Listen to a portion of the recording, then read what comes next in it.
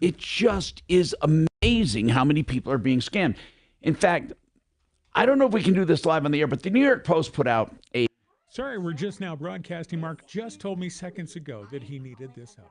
quiz that we can take if you want to. And what it amounts to is you have to go down and you have to answer these questions. All right, let's just take I'm going to take your call, I promise. Just hold on. But here's one. How about this?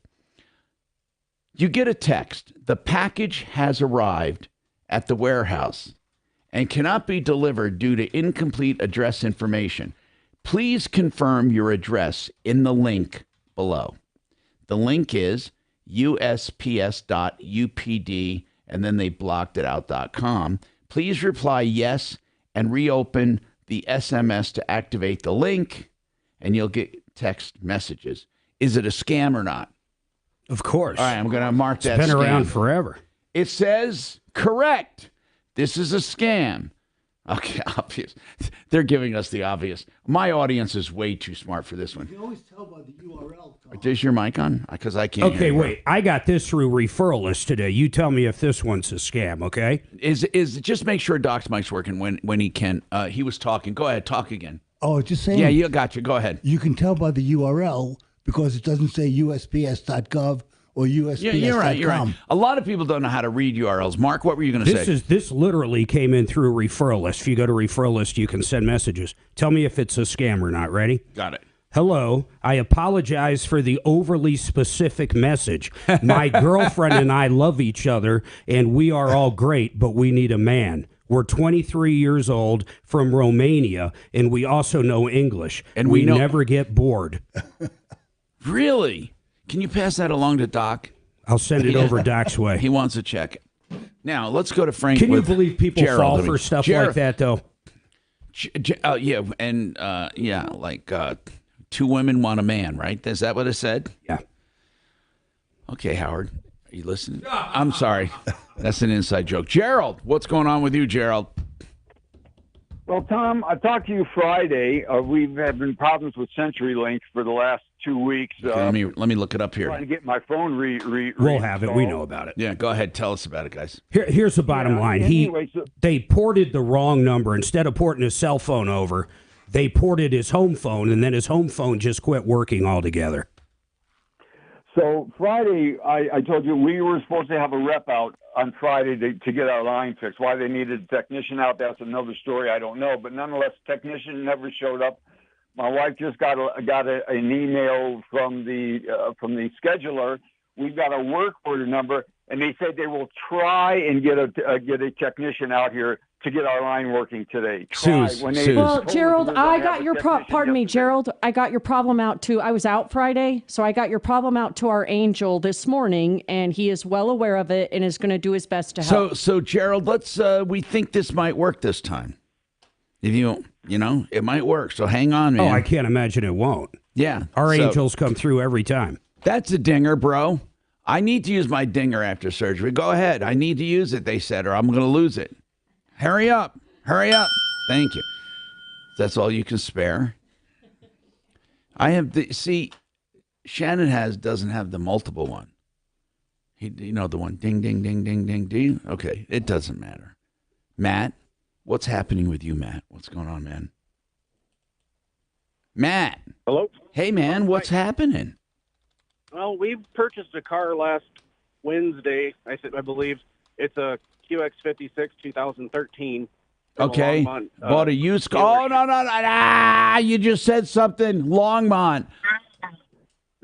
No. I'm not kidding. There's not a good used car dealer in Longmont. Not a good one. So you got cheated somehow. I'm just not sure how. You bought a used car. It was a what? It was an Infiniti. What kind? And a QX56. That's a QX56. Okay. And what happened? QX56. Well, we got it home that night, and the next day my wife was driving it. Check engine light came on, and obviously that's a Colorado law that, it's not going to pass emissions with a check engine light. Yeah, did you get your 3-day voucher? Are you in an emissions area? Yep. It's 5-day voucher, and we went in. And Oh, you tried got to a get it wait. You got a 5-day voucher, okay? And it wouldn't pass, so you take it back and undo the deal. Well, we took it back, and they wanted to make it right and fix it, or we had to pay them $599 to have them take the car back, and we get our old car back. Wait, no. That's not correct. No, you don't have to pay anything. How much do they want? $599. No, they lied to you. They're liars. Okay, well, that's the thing is. Where's your car right now? Where's your car right now? We took the car back and we paid them with a cashier's You know check, what? And then we got our You know car what? back. Thank goodness you at least did that. And here's why. You were going to get ripped off. If it's in Longmont, it's a bad dealer. I'll tell you that right up front. Longmont or Greeley. We've never had a good one. And we've never had a good car dealer once. Not once, ever. A good car deal that we can think of, ever. Everyone who's come to us from there has been ripped off. What's the name of this dealer? Frontline Auto Group or Auto Brokers. Okay. Now, you can go to small claims court and get that money back, or go to the dealer licensing board. Wait a second, though. Yeah, what? I just want to understand what he's saying. So you bought it. You couldn't go to the emissions test because the check engine light was on. So you brought it back, and they told you what? Okay, so we actually did take it in for emissions because he said to start the process. And he's right. You Yeah, better that's- and you it's better, failed emissions, and then it's what? better you did that in the. You got to prove you did that within the coupon time. So, Okay. so what happened? So we took it back to them. Yeah. They put an O2 sensor in it to fix the problem. Yep. It passed emissions, but they took it and passed it. It did pass. That's where I was getting. Wait a minute.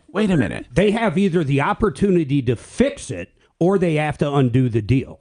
They have the opportunity to fix it, and they fixed it. Oh, they fixed it. Well, why did I miss that? I thought you said it wouldn't pass. He didn't say it at first, I don't think. Okay, so they took the car back. They fixed it, right? Correct. The dealer fixed it. Well, then they did what they're supposed to do, and the reason you paid is to undo the deal. Normal. I mean, you just liquidated your damages. And they didn't have to do that. Yeah, but Why did you? Let me ask you this: if they got it to work, why did you want your money back? because I pulled the air filter out on the car because when I looked up that code, that was one of the first things to check is if you got a dirty air filter or a mass airflow sensor that's dirty. And yeah, but why? I'm just curious. Why did you want to undo the whole deal? I'm just curious. The whole deal. I think it's probably good that you did. The engine had sucked dirt in through the air cleaner. The air was going into the engine dirty. Okay. So you thought there was irreparable damage. Yep, the engine had sucked dirt, and they can, who knows how long it was sucking dirt into the engine, and we brought that to their attention. It's all irrelevant, though. Yeah, you bought it as is. So it really is irrelevant. As much as I can't stand these dealers up there, you did what was right. You got lucky. They could have held you to that, and then you'd have that piece of crap vehicle, man. Right, that's right. If they did not choose to undo the deal and charge you the $500, you would have been stuck with that car. Yep. There's nothing. Right. I don't think. You don't think they should have charged you the $500. I agree with you on a friendly note. They shouldn't have. But what did they do wrong? And I want to know why they shouldn't have charged you. I just wish they wouldn't have charged us because there was a mechanical fault with the car. But hold on. But Matt, the car was bought used. Yeah, that's correct. There's always going to be mechanical faults with used cars. Always. Yeah. So I see what you're saying. You kind of thought if they had it for sale, there should be no obvious problems. Is that what you're saying? Yeah. And then I understand small things, but I mean, if an engine sucked dirt in, I mean, that could be an engine replacement, depending on how severe the dust. But how did it suck dirt in? The air filter let dirt pass the air cleaner. Why? My guess is that either the air filter was not sealed correctly or it was a crappy air filter. So had you done a pre-purchase exam, you would have found that. Technically, I did do a pre-purchase on it just like by myself. I crawled underneath the vehicle and Yeah, looked at it, but Matt, why didn't you discover that part, that one? I just didn't think to check the air cleaner. Okay, I see. Matt, I think you made the best of a bad situation. You may want to try your hand at luck at small claims court. I think right now you dodged a bullet probably, and it probably was a good idea to get out of it. And everyone in the world, everyone in Weld County, everyone in Longmont, everyone in Greeley, what else is up there? What else is up there in the butthole of Colorado? Erie, maybe? No. Anyway, don't buy cars Loveland. there. Don't buy cars there. Okay, 303-713-TALK, 713-8255. Hey, waterpros.net, paulthewaterman.com. Either one will get you the best deals. They have unbelievable water softener systems under $2,000 fully installed. You can add drinking water to that for around $4,000 or a little more. You'll never find better systems at a lower price. And that's 303-862-5554.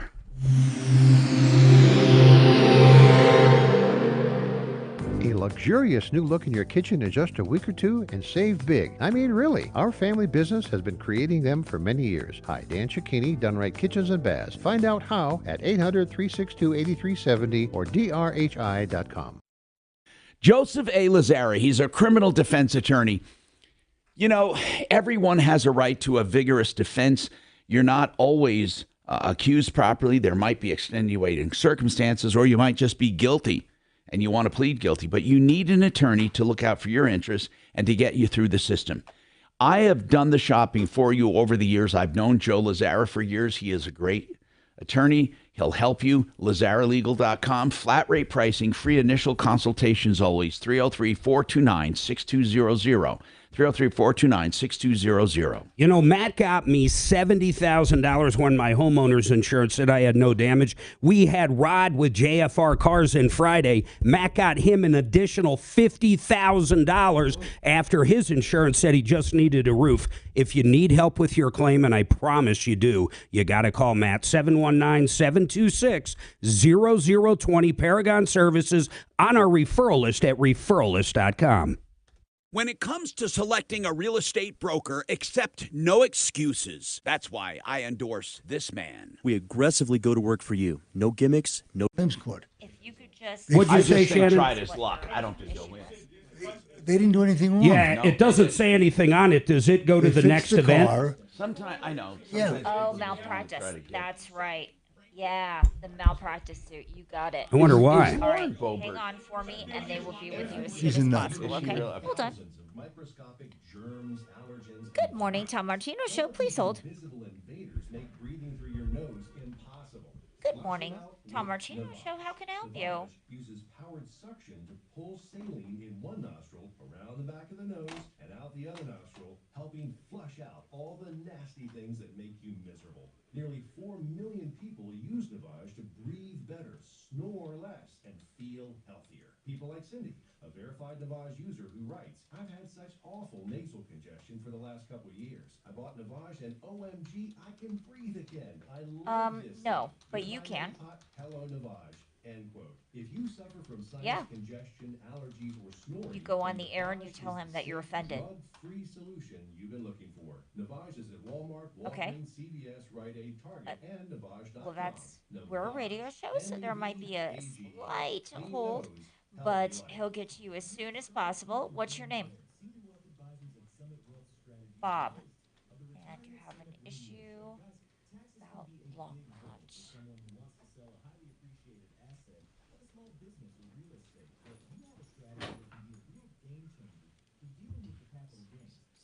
All right, hang on for me. Awesome. We need more of that. I'm offended about That's pretty much what I should say. claims he hasn't kissed his sister in years. Quite offended.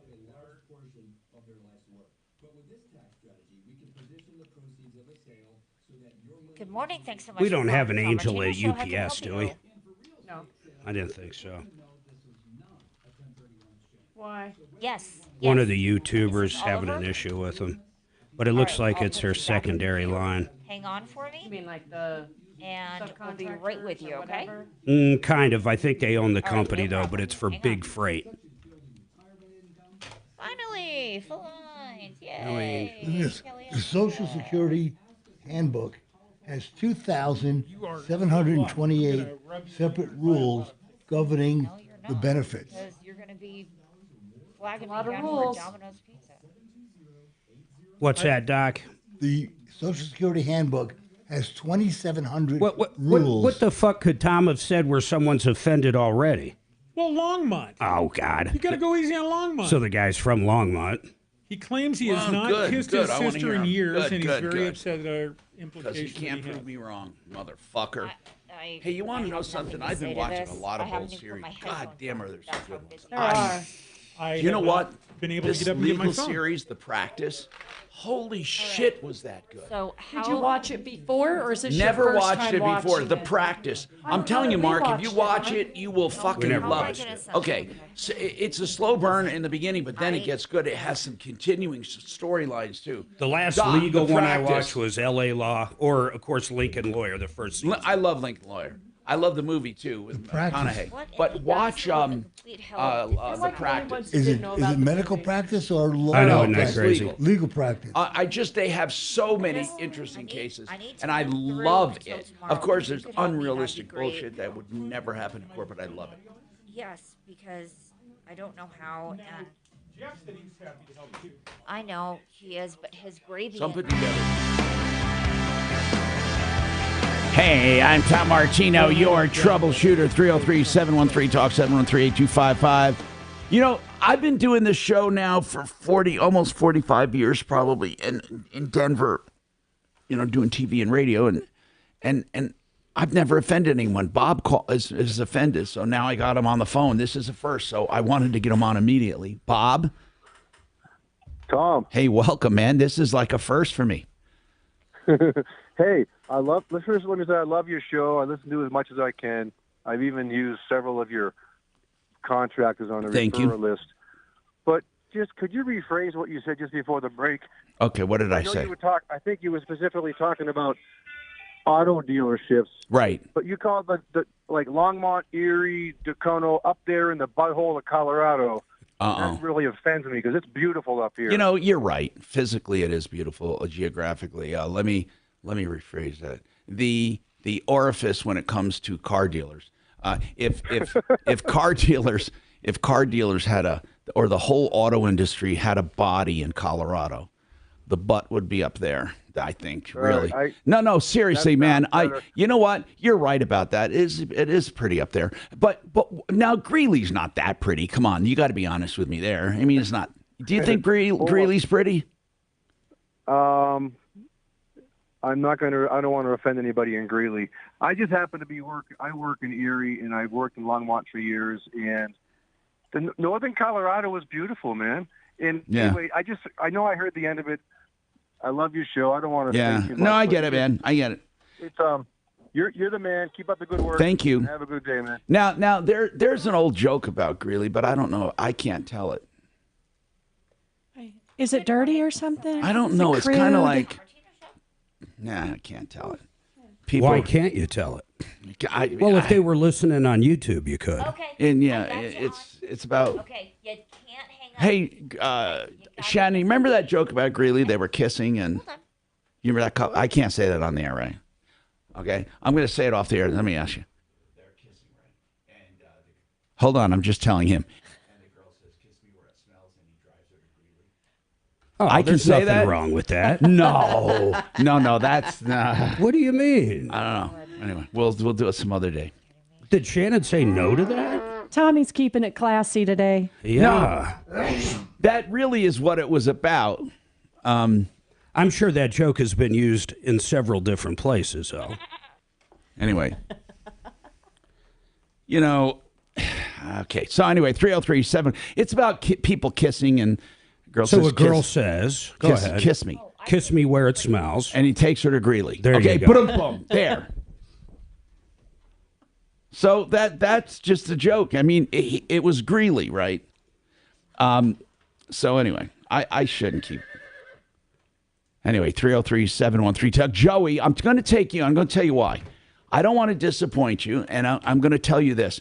We are frustrated along with everyone about medical malpractice, because I'm just going to say this right up front so you don't get disappointed with me. About it's truly honest to God. If we get over the years 100, let's say for every 100 inquiries, we may get one that rises to the level of malpractice. But even with that one, you have to have damages, and in Colorado, they're severely limited by law. So it's a really difficult subject. Go ahead, Joey. What about it, man? Good morning, gentlemen. I just, if anything, maybe just your expertise. Sure. What's happening? I just need to vent. It's not a medical malpractice. It's actually a civil matter. Okay. Oh, sorry. Then I misread it. Tell us what's going on. Okay. I had a lawsuit against a Wright Petroleum company, a Wright Fuels company. I had a convenience store, a Valero gas station that I was contracted to supply with gas. Anyway, some things happened, and then I see. So you, in other words, you owned a gas convenience store. Do you still own it? Yes. Okay. No, sir. Oh, you owned it. You owned a convenience store. Yes. And I was forced to sell. I lost everything because of. I get it. So hold on. And now that must have been a lot of gas. So you had a charge. They had a charge account there for gas. Yes. Okay, and what happened? What happened was I was self-employed for about 25 years. Sure. But what happened was after this case was going through, this was in Brownsville, Texas. My lawyers used to consider me as a number one client. Okay. Number one client. He was so happy. He had his head up high. You're my number one client. He'd call me, keep me informed, keep me updated, keep me this, keep me that. He included another attorney to come in and help him with the case because it was a big case. Yeah, but let me get it straight. You own this convenience store and extended credit to an oil company for gas for their vehicles, right? What I want to know is how far behind sir. Is that the No, the supplier. I was contracted with a Valero supplier, a brand name. So I'm this sorry. Company used to supply me with gas. Got it. I'm sorry. And I see. So this company ended up, it was called Wright Petroleum. Okay. They ended up selling their contracts, their accounts to another company based out of Dallas, Texas. Now, Dallas, Texas company, they ended up changing their name to Wright Fuels when they bought that account. Okay. However, instead of supplying their accounts with gas, they went ahead and started suing all their clients, their customers like myself. Okay, Maybe so Valero sold, and the new company sued you. Why did they sue you? Well, this is what I'm going at. It's just they quit selling me gas. So what happened was I found another company to supply me gas. I understand, but and okay. And once they got the wind of that, you got to help me. You got to help me. Yeah, Joey, you know a lot more than we do. That's why we're asking this. So Joey, why did they suddenly stop selling you gas? Is it because they were moving on to another? Tell me what happened. Did you owe money to them, or what happened? There was a mistake in their deal. They were saying that I owed them a certain amount of money. And I clarified with them, and I went through the paperwork. So you had a bill. They claimed, though, that you owed money, and you claimed you did not. Yes. Okay. And you can't simply switch suppliers. You're locked into a deal. No. Yeah, I'm locked into a deal. But, however, they stopped selling me gas. And a gas station. Hello? So I found another. Yeah, can you hear me? Yeah. You cut out. Okay, so you had a billing dispute. They stopped selling you, and you found another company. Keep going.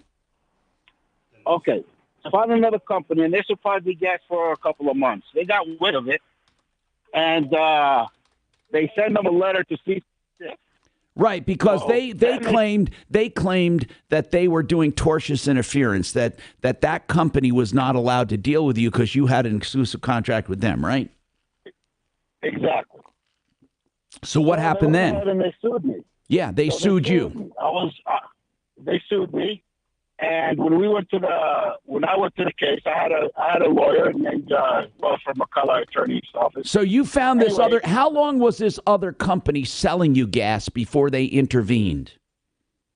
Oh, they just took over. Maybe 6 months. No, I'm talking about, you said you found another company to sell you gas, and then this company.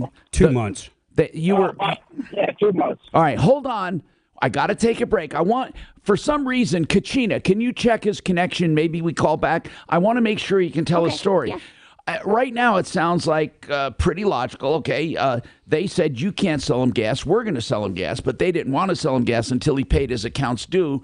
And he said he didn't owe anything. It was a bookkeeping error. We'll come back after this with more on that. 303-713-TALK, 713-8255. Renew Home Innovations. The best showers, wonderful prices, 72 months to pay with no interest. You never get that. Custom showers, wall systems that feel like stone, look like stone, but no maintenance. RenewHomeInnovations.com, 303-904-2000. This hour from the Trajan Wealth K-House Studios. Trajan Wealth, your trusted local fiduciary advisors. TrajanWealth.com. Now, Impact Traffic. This report is sponsored by Pfizer. Some minor slowdowns throughout the Denver Metro for the mid-morning commute. Starting on the west end, I-70 eastbound. Looks like we've got a crash right at the end of the off-ramp to Pecos Street. However, traffic does seem to be getting by just fine. Delays are minimal. Heading all the way south to Littleton, Highway 85 Santa Fe, both north and southbound. Watch out for construction work at Highlands Ranch Parkway. Of course, out west into the mountains, watch out for that stop-and-go traffic through intermittent closures on I-70, both east and westbound through Floyd Hill for blasting operations. Fox 31, pinpoint weather, mostly sunny skies today, a bit cooler than what we're used to with a high of 78. The current temperature is 64 degrees with your Impact Traffic and weather. Mark Swan, 630 KHOW. Warning. If you are 60 or older, RSV can be a dangerous respiratory virus. Not all dangers come with warning labels. Talk to your pharmacist or doctor about getting vaccinated against RSV today. Learn more at bewareofrsv.com. This message is brought to you by Pfizer. Whenever it comes to investing, the one thing you want more than anything is safety, right? At least some safety. Then you want return. Then you want some income. You want a little bit of all of that, right? Well, there are investment products that do that. We trust a company called Become the Banker. That is Joe and Jordan Ciano, certified financial advisors. You really should check them out, seriously, on sound investment products with safety and security built in writing guaranteed. BecomeTheBanker.org, 303-779-6600. The Idaho Massacre Podcast. Hey, Kelly? Hey, Suze, I'm sorry, go ahead. Kelly, can you hear me? Yeah, see my note on the screen. Yeah, Tommy? Okay, so What? on Tracy wants out of her roofing contract, hasn't been executed. Yeah. O'Malley. So I wasn't here on Friday. Let's see how they were left. Mark, we had O'Brien on for that. How did that get left? The initials on the roofing contract. Yeah, I think Marty's calling over to see if they'll So Marty's let her out, handling it. but I just need to know that. the contract looks pretty. Okay, so it's signed to Marty. Good. So we got O'Brien on about it, right? Yeah, and then what about Hilton Hotel charging for incidentals, Mark? Did we do a follow-up We on never that? got a bill. We never got the bill. We were waiting for invoices to help. That's my note there, Tommy. Okay, cool. Hit pothole in Franktown. So and what I Bench mean, what I Red. mean is on the Cynthia with the with the hotel charging. Well, all I need to know is was it assigned or is it done? We were waiting for the invoices Oh, to look at pending. them before we assigned Pending. them. Got it. Oh, okay. I didn't realize No, you had that's it okay. pending, Tommy. And Sorry then about close, that. no issue, got it. And then Matt, we got bought. Okay, got it. Okay, good. Okay, Tommy. My sister and brother-in-law have COVID so bad what? right now. Oh Really? my God! What happened? So bad. My sister went to the urgent It's care not for a little gone, is girl. it? It's not gone. She like bronchitis, sinusitis, But COVID. they said it's actually COVID. Oh yeah, and Is there she a can't resurgence? breathe. But Is she's there a a heavy resurgence of smoker. COVID coming? There's a new strain. There's a new strain, and then my brother-in-law has been in bed. He hasn't Shit. got out of bed in What's 2 the new days. strain? God, I gotta take. And he has cancer. Well, he's in remission. What kind of cancer? Thyroid. So That's a survivable one if he got Yeah. it in time. he's in his 30s. I think they got it in Did time. they take his thyroid out? Uh, Or they yes. treated with radiation? No, they took it So out. they treated it with radiation, and then did they take it out, Mark? 'Cause I they thought did you it. said they did because his levels are. Yeah, he's on got- synthetic whatever. Yeah, they had to like. You know, I He's got- on Synthroid. Every now and then I looked at. I wasn't able to listen to everybody. I was able to go online now and then. And you guys get the wildest fucking comments on YouTube. I know they're crazy on there. YouTubies are nuts. You know, it's funny because it's good having instant reaction, although it's not necessarily accurate of everyone listening because they're a special breed. But I used to love that fucking feedback meter I had. I had to figure out a way to make that again. We have the technology now to do it way easier. Do you remember the feedback meter? Mark, it was crazy. I did it on TV too, on Martino TV for a while, and it fucking worked. It was fun. So what you would do is there was a button online, Mark, that people press. No matter what I was talking about, if I went off on a rant, if I could ask for a poll question, or if I went off on a rant, whatever. They could just do thumbs up or thumbs down. That's all it was a website where they did thumbs up or thumbs down during the show. So if I'm talking and they don't like what I'm saying, I'd get a red light. If they like what I'm saying, I'd get a green light. It was so much fun. That sounds horrible.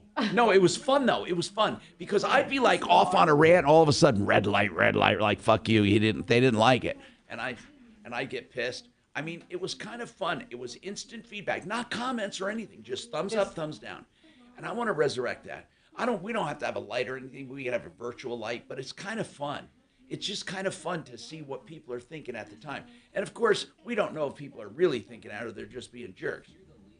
Yeah, right. And they could do it on their phones too. Oh, and there was a way, wait a minute. There was a way to keep the same IP from doing voting twice. You couldn't vote you could come back after a certain amount of time, but you couldn't do it like this. Bing, ding, ding, ding, ding, ding.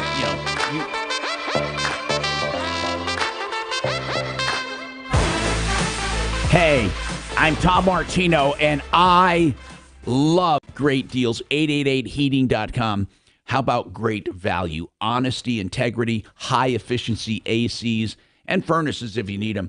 You know, the season's not over. If you need a replacement, check with 888heating.com. Just really, really good people. 303-770-2776. Now, let's keep going here. Okay, so Joey, just to make this simple, and then here's what I always say. If I don't get everything up front, we fill it in with questions. But bottom line, you owned a business down in Texas, okay? You had a contract for a supplier of gasoline. That supplier of gasoline apparently thought you owed money. You didn't think you owed money. As a result, what you did was you stopped paying them and then got another company.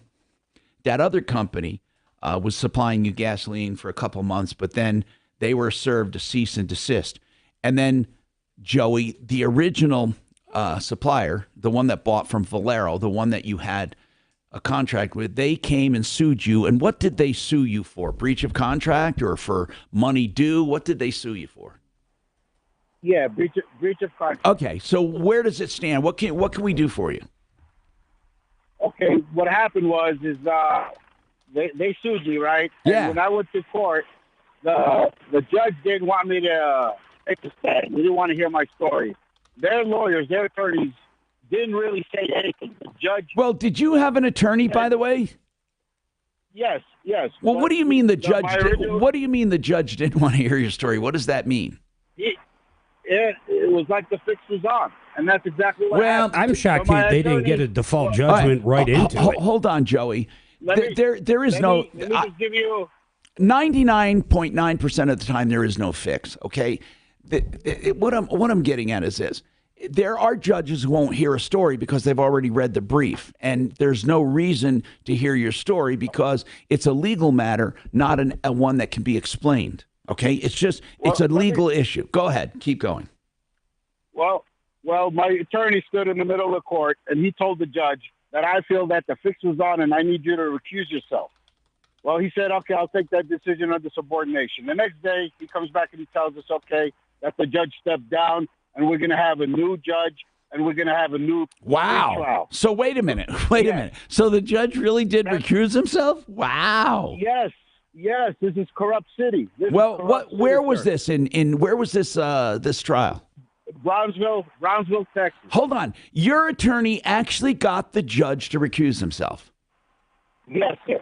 Yes. Sir. Holy crap. So now we're set to countersue. Now I'm the plaintiff, and the petroleum company is the defendant. But right? what are you suing for, Joey? Just cut through the mustard. I want to hear it, but not all the detail. What are you suing for? Sir, they destroyed my business. A gas station without gas is no business. My business went broke. I understand, but they're going to say, aren't they going to say they did not supply you with gas because you owed money, right? No, sir. No, sir. They're not going to say that. They're going to say we simply wanted you to go out of business. Well, what happened was they were going around, like I told you, they were suing all their customers. I am asking you why they were suing. It doesn't make, Joey, when things don't make sense, I don't continue.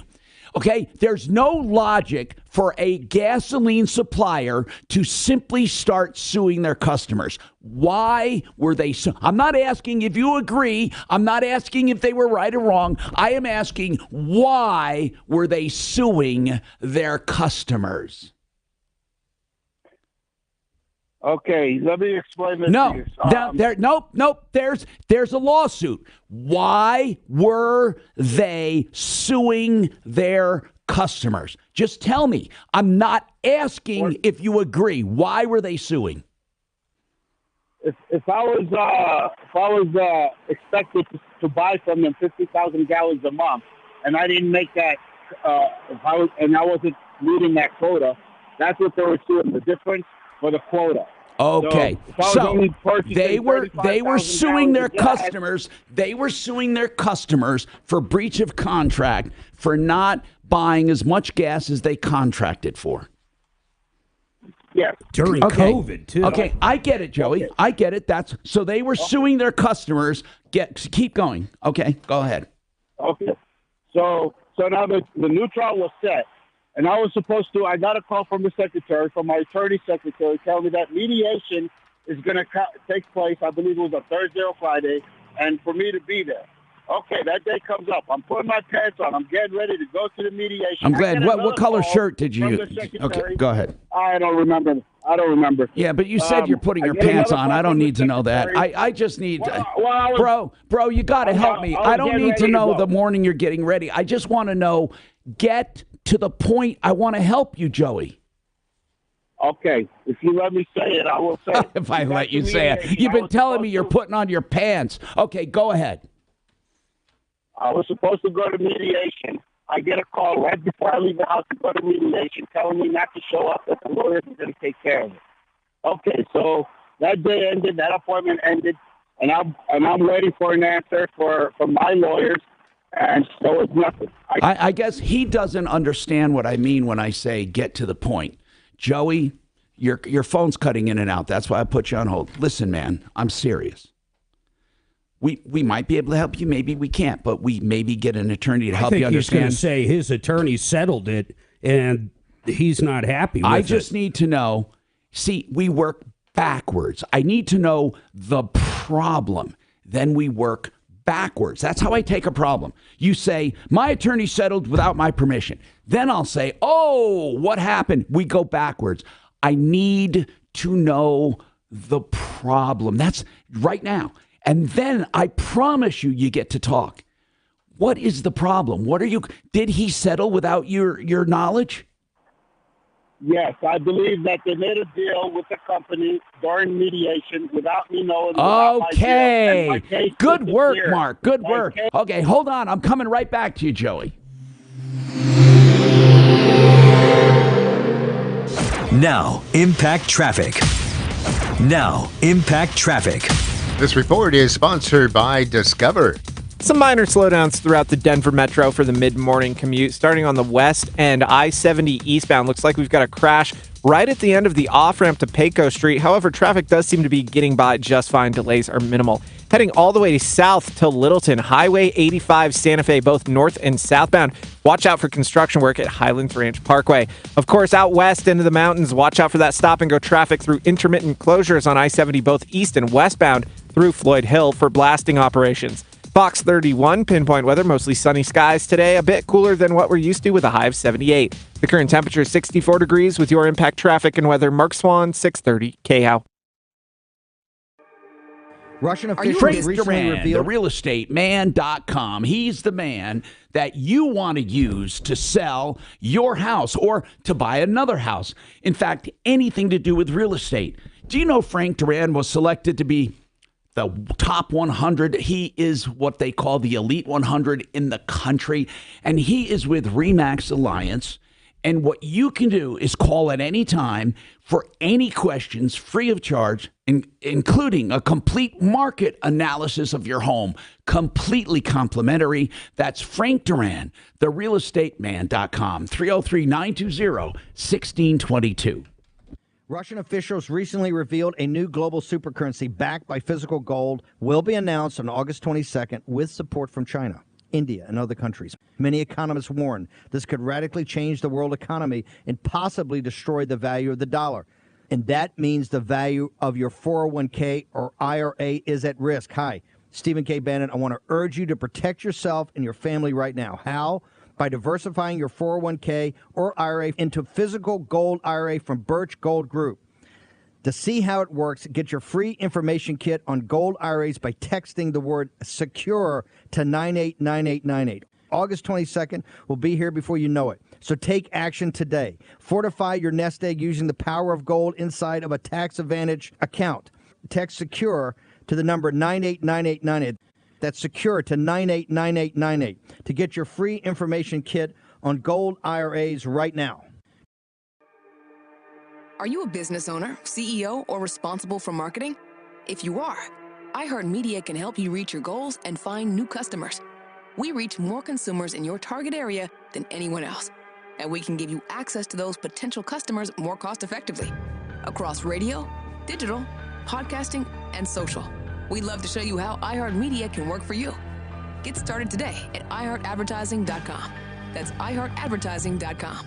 You've shared half your life together. Built your family and careers together. She doesn't just complete your sentences, she completes you. Isn't it time to tell her you'd marry her all over again? I'm Steve Williams. And I'm Shayna Williams from Williams Jewelers of Inglewood, suggesting maybe it's time for that second diamond. The diamond you've always wanted to give her, but now can afford. Here at our famous Williams Jewelers Diamond Bar, you'll see way more beautiful certified larger diamonds than you find in average stores. 2, 3, 4-carat diamonds in stock every day at the guaranteed best price in Colorado. And the diamond professionals to help you create not just her ultimate diamond ring, but a true family legacy. So when you want to say I love you on her birthday, your anniversary, or just because it's time, come to the store that started it all. Williams Jewelers of Inglewood. Williams Jewelers, we can make diamonds a part of your life. Williams Jewelers of Inglewood, on the corner of Bellevue and Broadway, where Colorado shines. Does your knee pain keep getting worse? How about that pain in your shoulder, your hip, or your back? Hey, don't let them tell you that steroids and surgery are your only options. Take my advice right now. Call QC Kinetics. Michael Brown here. QC Kinetics can make that pain go away with all natural advanced regenerative medicine. They're helping people every day with these amazing natural treatments that restore and repair damaged joint tissue. It's just like... I show you. I'm going to show...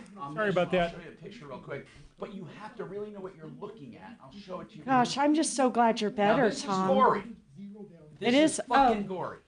Okay. Like we all gather around. Here's what it is. Okay, all right, hang on for me, Russell, and we'll help as soon as possible, okay? He explains it. So okay. This is no problem. Spine stops there and there. Not a so bit. my spine stops there and there. Is where he's gonna do the picture. And he explains it. Hold on. Holy fuck. Hold on, I know it's gory. Now, my spine stops there. Please show me I'm not unboxed. He put the middle piece in. He put a piece there. Not? So No, you are. Like, that's where the cord is. And the nerve. That's He'll say, here's the nerve root. There's my cord. A lot going on over here. Bad. Do you see the anchors? There's the anchors. Damn. It looks like Some sort of extra spot block in the log, and it's created a massive issue. How many times have you watched this?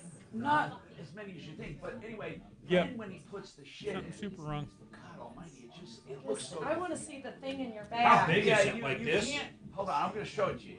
This gives real perspective to it because you know what? Before you didn't have perspective. Well, there's the piece of spine. You're lucky you got all that video. There's the spine. Wow, that's the part they took out. I'm going to show you. He's getting it ready. Look at this. There it is. Look That's how freaking amazing. So that goes. That whole thing went in you? That's way bigger than I thought. That goes over to my rib. That isn't that way bigger than you thought, Doc? That's pretty fucking big.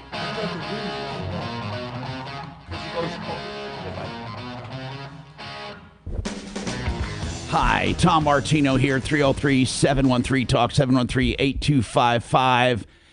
Don't forget, regenerative medicine is still up and running. In fact, they were astounded. I'll get into it some other time, but when I had some surgery, I just had some surgery, and there's a reason for it. But the regenerative medicine all but cured me. They said it was an amazing process, what had taken place in my back.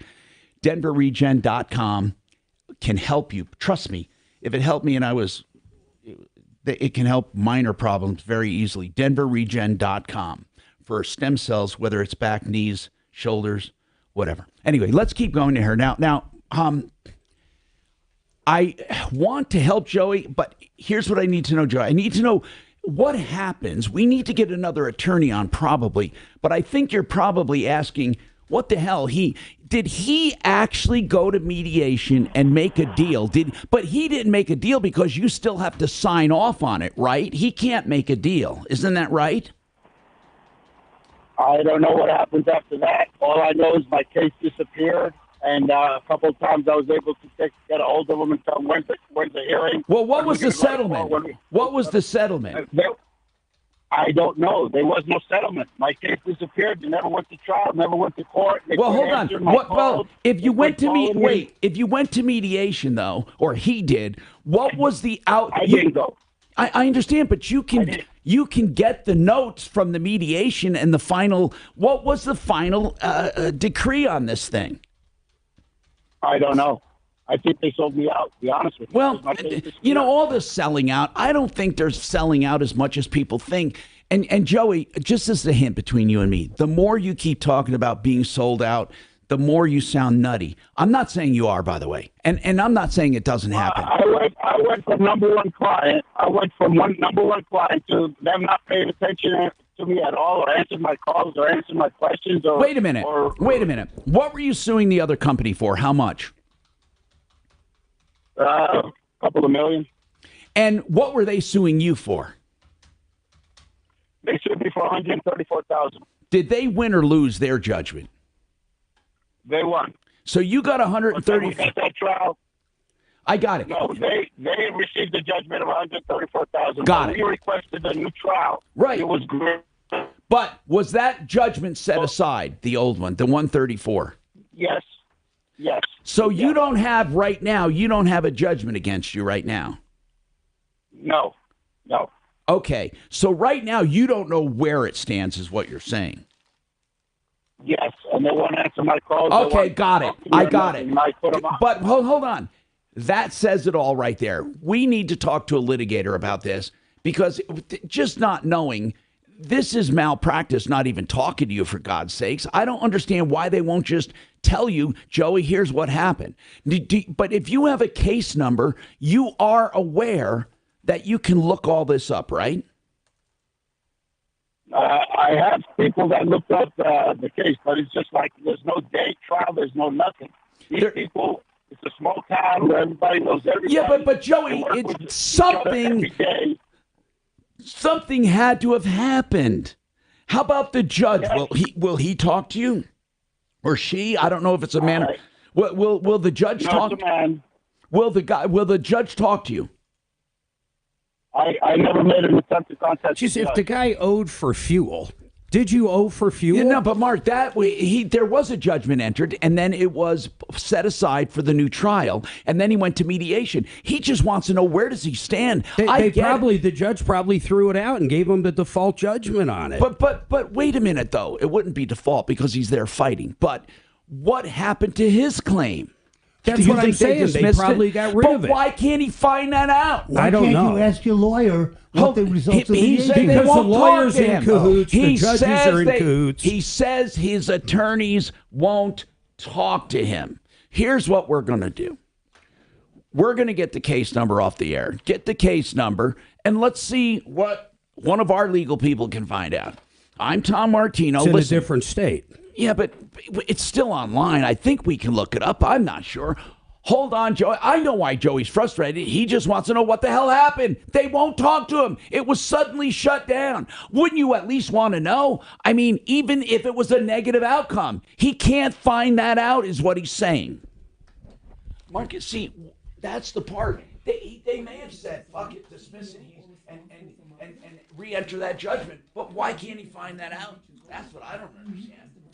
That's the whole crux of the Why call. won't they fucking talk to him? Why won't they even talk to him? You need something? Oh, just bullshit. I'm sorry. You spilled? I thought they cured that, but they didn't. They were supposed to cure that part, the spill. You want me to go get some paper towels? No, it's just this slipping on me. So listen, I want to show you where it goes in. You got to look really good because you can't see it. I want to see it. That's why they use graphics. So if that's the so they're, I don't know what they're doing there with it. Well, they're probably putting fluid inside that middle part. Now that middle part, so that I don't know what they do there. They compress it, I think. Well, they probably put some viscous fluid in there. Here's the part though. So when they put it in, that's the neurosurgeon's assistant. But I wanted to show you the one part when it's in. I know that it doesn't look apparent, but there it is. Crazy, Tom. So there it is now. So the spine was there, that's there now, and the wings go out like that. Wow. What do they bolt into? That's Your amazing. spine, your ribs. You know, your rib. They take the place of, I guess the rib. I'm saying they replace the root of the rib. Where do they? Why they don't do it to the facets above and below? Well, you saw those wings. Yeah. Well, unless if it's going the other way. Is it going the way of the spine? No. This is the spine. That's just taking the place. That's taking the place of that section of spine there. It's like that. But the point is, I'm not sure where it bolts into, Mark, but if you look at the graphic, the graphic shows, we've seen that graphic before, and that graphic doesn't show, that graphic makes it look way smaller than it is, doesn't it? Yes.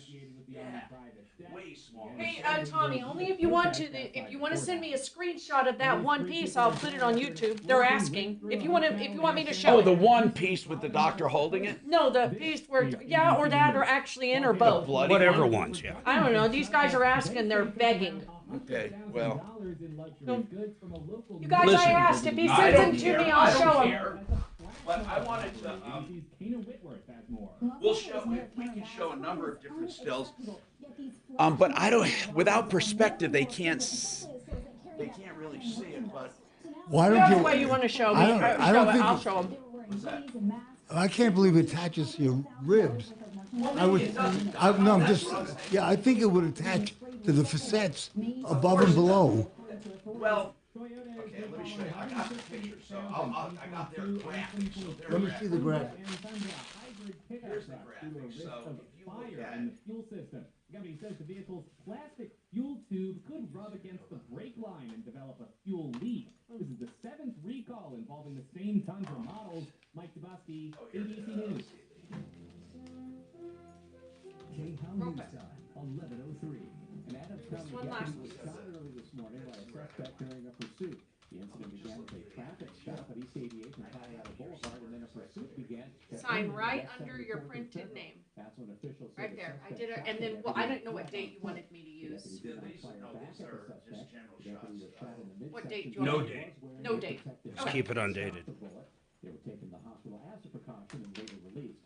The Get this thing out of my life once and for all, I swear to God. Yeah. Yeah, but they were way longer than that. That's the thing. It was way. Where does the rim attach?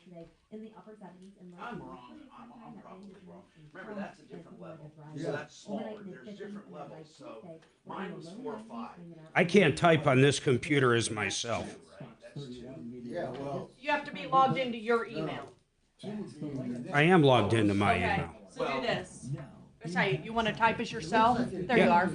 I know, but what it says is this. Builds back. Right there. Here, watch.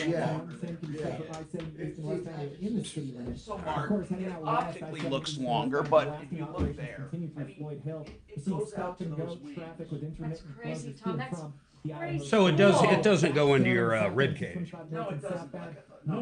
When I said ribs, I meant the back of the rib. How much is there? Well, mine was. Because that looks crazy. Mine was temperature index 66 degrees, severe impact traffic and weather. Mark Storm, 6:30 Huh. So they judge it off your dick size? Now, I don't think they're custom, but Can they do like if you had 2 bad discs? Okay. No, hold on. I know you said they can stack them. Yes. But can they do one big one? No, they don't do that. Okay. No. Each one is just good for one level. So technically, When are you going to be back to full function where you can, I don't know, like do your exercises? He says in 6 weeks I can go back to normal exercise. He said that's not 1,000 crunches like I do. Yeah. All that. He says just normal working out. 6 weeks. There you go. Not bad, right? Not bad at all, Tom. But here's the thing: if Talib had just waited, Medicare would have paid for it. Yeah, but he was falling, and if you were hiding that. Oh, he couldn't He was falling like. No. I had that in between surgery that I took the nerve root off, but it wasn't cured. It was just the pain was gone. Yeah. Hear the latest news from the headlines. My hardest thing was going back because he had done such a good job getting me out of pain.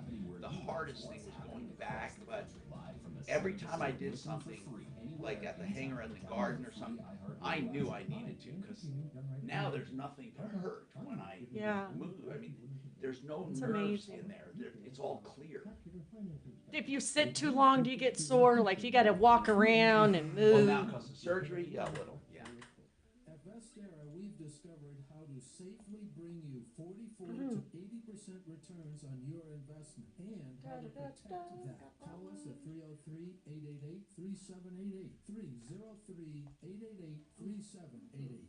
Grab those running shoes and join Broncos country as we celebrate the kickoff to the Broncos season with the Broncos Fit 7K on September 3rd at Empower Field at Mile High. Runners will start at the stadium, head to Sloan's Lake, then run through the Players Tunnel and finish on the 50-yard line. All runners will receive an exclusive Broncos t-shirt, finisher's medal, and an unforgettable experience. Register now at denverbroncos.com/7K. That's denverbroncos.com/7K. It's the Dan Kapla Show. Afternoons 4 to 6. Monday at 4. What a fun way to start the week. You probably heard the sound first on our show. Jared Polis speaking the truth, saying abortion is bad. Now he's getting ripped by the Democrats over it. We'll have all the fun details. Join me at 4.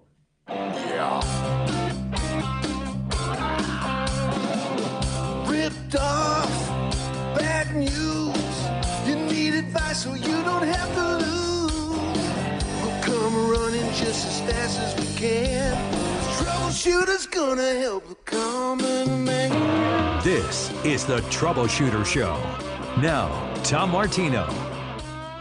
Hi, Tom Martino here. Welcome to the show. 303-713-TALK, 713-8255. PaulTheWaterman.com if you want the best systems. There's one that Talib got. It's around $4,000 or a little more, and it does everything. It's the drinking water that gets rid of the forever chemicals, and it softens your water if you need softening. And that's PaulTheWaterman.com, 303-862-5554. Now, let's continue here and do what we do for you. Okay, now, I have to take some other calls in between here. We're going to try to get an attorney to look at this case. Listen, no matter what you think of the case, people should be communicated with, right? And I'm wondering why he's not being communicated with. He might owe his attorney's money. That could be. Who knows? He said he went from the best client to where they won't even talk to him. So hold on, Joey. We're not giving up. And again, Mark brings these things up because they're pretty obvious and they oftentimes turn out to be true. I just want to see why that is going on. Okay, now let's talk to Miss Hardy, I guess is identified as Miss Hardy. Miss Hardy, is that what you go by, Miss Hardy or Hardy? What's happening? Good morning. My name is Shanique Hardy. Hi, Shanique. What's happening, Shanique? What can we do for you? Well, I went through a car wash and my car was damaged, and the owner will not give me the property insurance for me to make a claim. Well, you shouldn't have to do it direct, and in fact, that's not even the proper way to do it. But how? Tell me about this damage. What kind of car wash? What kind of car? Tell me about it. Well, ironically, it's another Infiniti Q56. Okay, those are nice cars. They're very popular. So anyway, you took your Infiniti there. Now, when was this? This was actually on August 2nd. Now, what car wash? What car wash? Well, initially I was reluctant to name the car wash because I do live in a small community. Yeah. And I didn't want to create contention with a neighbor. I have been trying to get this fixed. You don't have to if you can tell me what kind of car wash. It's a... Is it full service? The brushes, full service. So you don't drive it through, they take it and do it all? You drive it through, but it's on their pulleys. Okay. Until the end of the wash where it tells you to drive forward. Got it. Okay, so I get it. Now, do they wipe it down and stuff after that? No, they have blowers at the end, that very powerful blowers that blow your car dry. I know exactly what you're talking about. Yeah, I've been to those kind. So what happened to your car? What was damaged? The back window was blown out. So I think Well, that's definitely, here's what's weird, I'm going to say. That's definitely either their problem or yours, meaning that meaning it's going to be either your window was about to go or they did it. I mean, there's no in between, right? So what the hell? Why did they say, yes, we did this? What did they say? Well, when it happened, the girls that work there told the manager. When he came out and spoke with me, he said he reviewed the video before he even came out. And he said it looked like the window opened from the top and the... Wait, open. You said a back window. I'm picturing the back windshield, for lack of a better word. What was it? What back window? So, you know how the entire trunk opens? So it's the window that's on the hatch. Oh, I get what you mean. Hatchback window. Okay. So... Correct. And he said it was open. Does that hatchback open, and then does the window open separately? The window doesn't open from the top. The window opens from the bottom. But the window does open separately from the hatchback. Correct. Okay, I've seen those. So now what? He said that opened on its own? No, he's saying that he thinks, well, he didn't say it to me. Initially, when they came out, they said they reviewed the video. It looked like it opened from the top. Just looked like something weird. And when you said it blew out, here's what I think happened. I think the brush got caught up in that thing, and when he said it looked like it was opening from the top, it was being ripped off from the top. That's what I think happened. Correct. Was it ripped out completely? Correct. So I think the brushes might have caught the latches that hold the window down. That's what I think. And then even a little bit of movement, it allowed the air to get behind the window, and it snatched the entire window out. Yeah, so are they going to fix it? They should just fix it. What's the big deal? Okay, so initially they did offer to fix it. He said if he couldn't fix it himself, he would use one of their shops nearby. Wait a minute. He would communicate Was the glass itself broken, or it was just out of place? No, the glass completely removed. It was shattered. Okay. But the glass is also attached to the metal mechanisms that hold There's no window way. down, There's no way but he could also fix it on opened his the own. latch. So the manager Correct. offered to fix it. So where does it stand right now? I filled out a incident report. They took all my information, said they would call me the next day because it was going to be raining.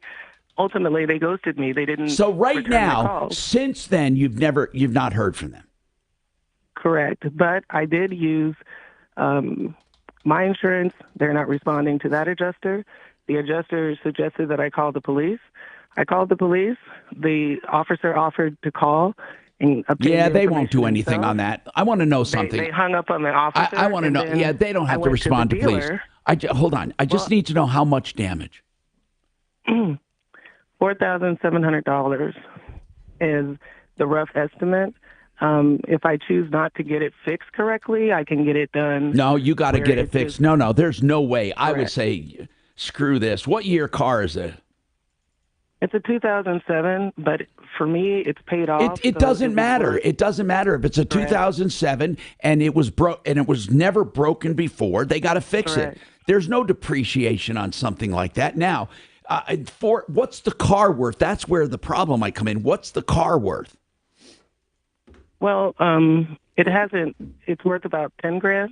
See, man. it's in- So we're talking about 50% of the value, basically, of that car.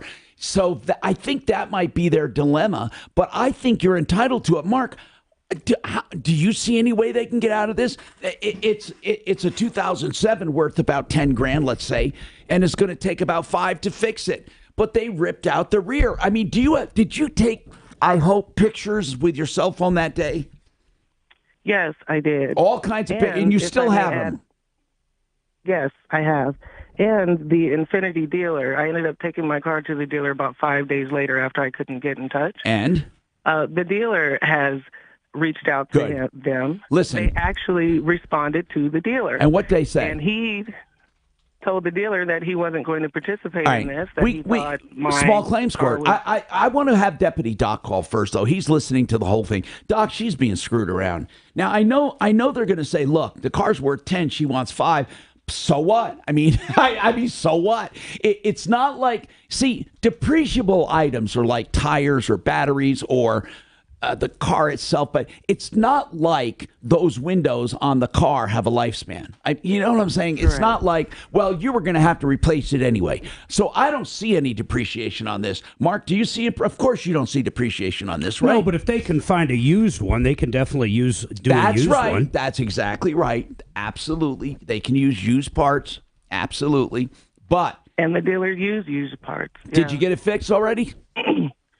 I have got it fixed. I actually have to pick up the car today. How much is it going to be? What was your final bill? Roughly $3,400. Okay, good. Because they used the used part, and because I didn't choose the option to get the latch fixed, which is another $500 and something. No. That they should pay for that. I know, but I have to get my kids to school. This is a transportation for my family. Here's what I want to do. So- Here's what I want to do. I want you to hold on.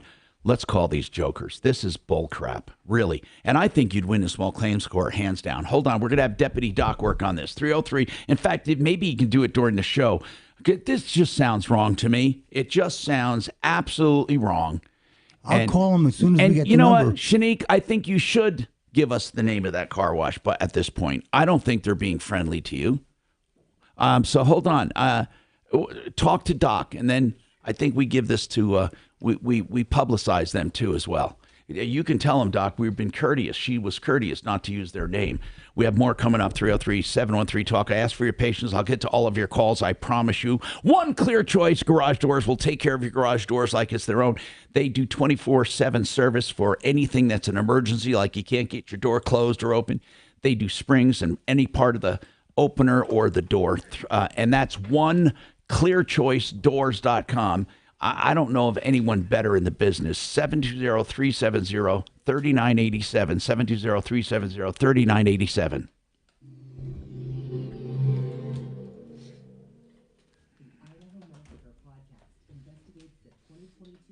John Fuller become jealous. After a cross-country manhunt, a PhD student is charged with the crimes. But were these his Man, this fucking shoplifting, they just went in and decimated that place. Look at hammers, Mark. They used hammers on the display cases. I'm wondering if these, well, they have masks. So if you are injured in an auto accident, our message has always been get help soon, at least to talk to someone. See, John Fuller won't charge you, so there's no downside to calling immediately. John Fuller, Fuller Law, myaccidentlawyer.co, because that's what he is. He's our accident lawyer here on the show. Just ask your questions. See if it's worth anything or what you should be doing. He'll tell you free of charge. Then if you hire him, it's on a percentage fee basis. But here's the real deal. He will work directly with you. And you'll have his cell phone number, and you can call him at any time. It's the real deal. John Fuller, Fuller Law, 303-597-4500, 303-597-4500, where you're not just a number. You can find him at referralist.com as well, myaccidentlawyer.co. Now, if you need some extra cash and just some petty cash here and there, or a few $100 here and there, DavidEllisJewelry.com. David Ellis is a jeweler in Cherry Creek. He's been around 40 years, and we know him and trust him. So if you're selling used jewelry or just precious metals of any kind, with even junk jewelry, you can sell the junk, he'll weigh it and pay it. Or if you're selling some vintage or used jewelry, he'll give you a fair price.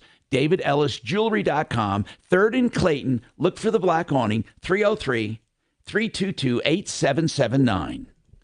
Now, again, if you need money, but this is longer term money like income money and investment money, let's talk about Become the Banker. That is the name he has given his company, Joe Keano, because that's really what you become, the banker, meaning you're controlling your own money for your benefit. You can actually establish a tax-free account. You contribute to that monthly, and you can also have that to borrow from instead of using credit cards. Hence, you become the bank. Also, you can use it for income. To find out more, 303-779-6600, 779-6600, becomethebanker.org. This report is sponsored by Discover.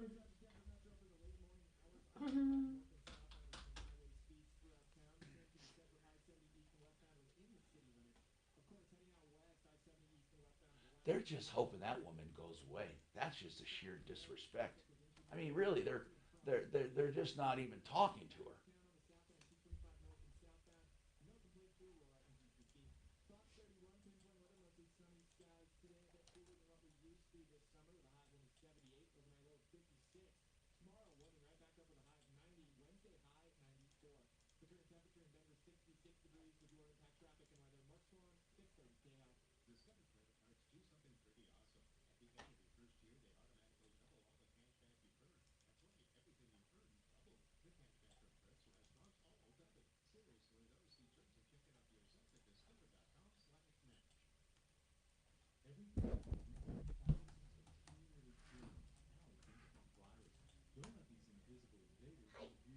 Who did you want me to get for Joey?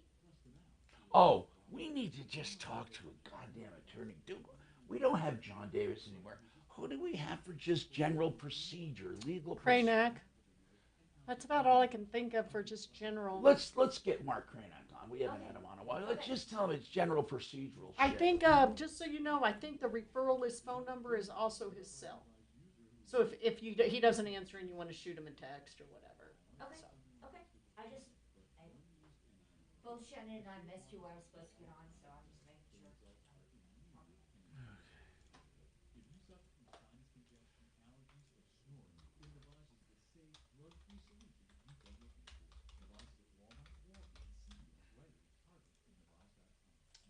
So this is going to be... Did Addie go back? She goes back this weekend. She's in Vegas with her boyfriend right now. What boyfriend? Parker. Not Mr. Wonderful. Oh, no. No. Hold on. Yeah. Well, I don't know about Parker. Yeah, she's been seeing him a few months. He's Is 25. He's from law school or here? No, he's from here. He's grown up in Highlands Ranch. He's Did she 25. go to school with him? Nope, they met on Hinged. No shit. They're both Taylor Swifties. He manages some commercial real estate properties here in the DTC. Is he cool? He's a nice guy, don't you think, Mark? He's nice. I mean, no one's ever going to be good enough for Mark. That's cool, but Yeah, but I you know, understand that, he's a sweet guy. So she had a credit with Frontier, and they decided to go to Vegas for a few nights. How fun is that? That's really cool. Yeah, So we bought them dinner last night. So at our favorite Italian place. I think I asked you this. Was that an illusion, that picture, or is she getting taller? She's it's a little bit of illusion because she's so thin. You know what I mean? Long legs. Yeah, she has very long legs. Yeah. Hi, Tom Martino, your troubleshooter. ProBidEnergy.com for solar systems, the solar people you can trust. They even, with all the credits and everything, they give an extra $500 for a solar system through the Martino Show. ProBidEnergy.com, 303-623-1531. The people you can trust. And, you know, I'm going to tell you something. They even service stuff that's not theirs. That's how good they are. 303-623-1531. Hey, so we have an attorney coming on, Joey, to address your case and what you can do and try to get out of that. And then we have Deputy Doc working on the car wash thing. So we are getting through these. So please just bear with us. And Oliver, thank you for waiting. Oliver has an issue with a contractor. Hi, Oliver. How can we help you, sir? What's happening? So I'll give you the short story. I've given the guy $50,000. He's done nothing in about a year other than dig a large hole. Oh my God, that's a nightmare. What's the $50,000 for, though?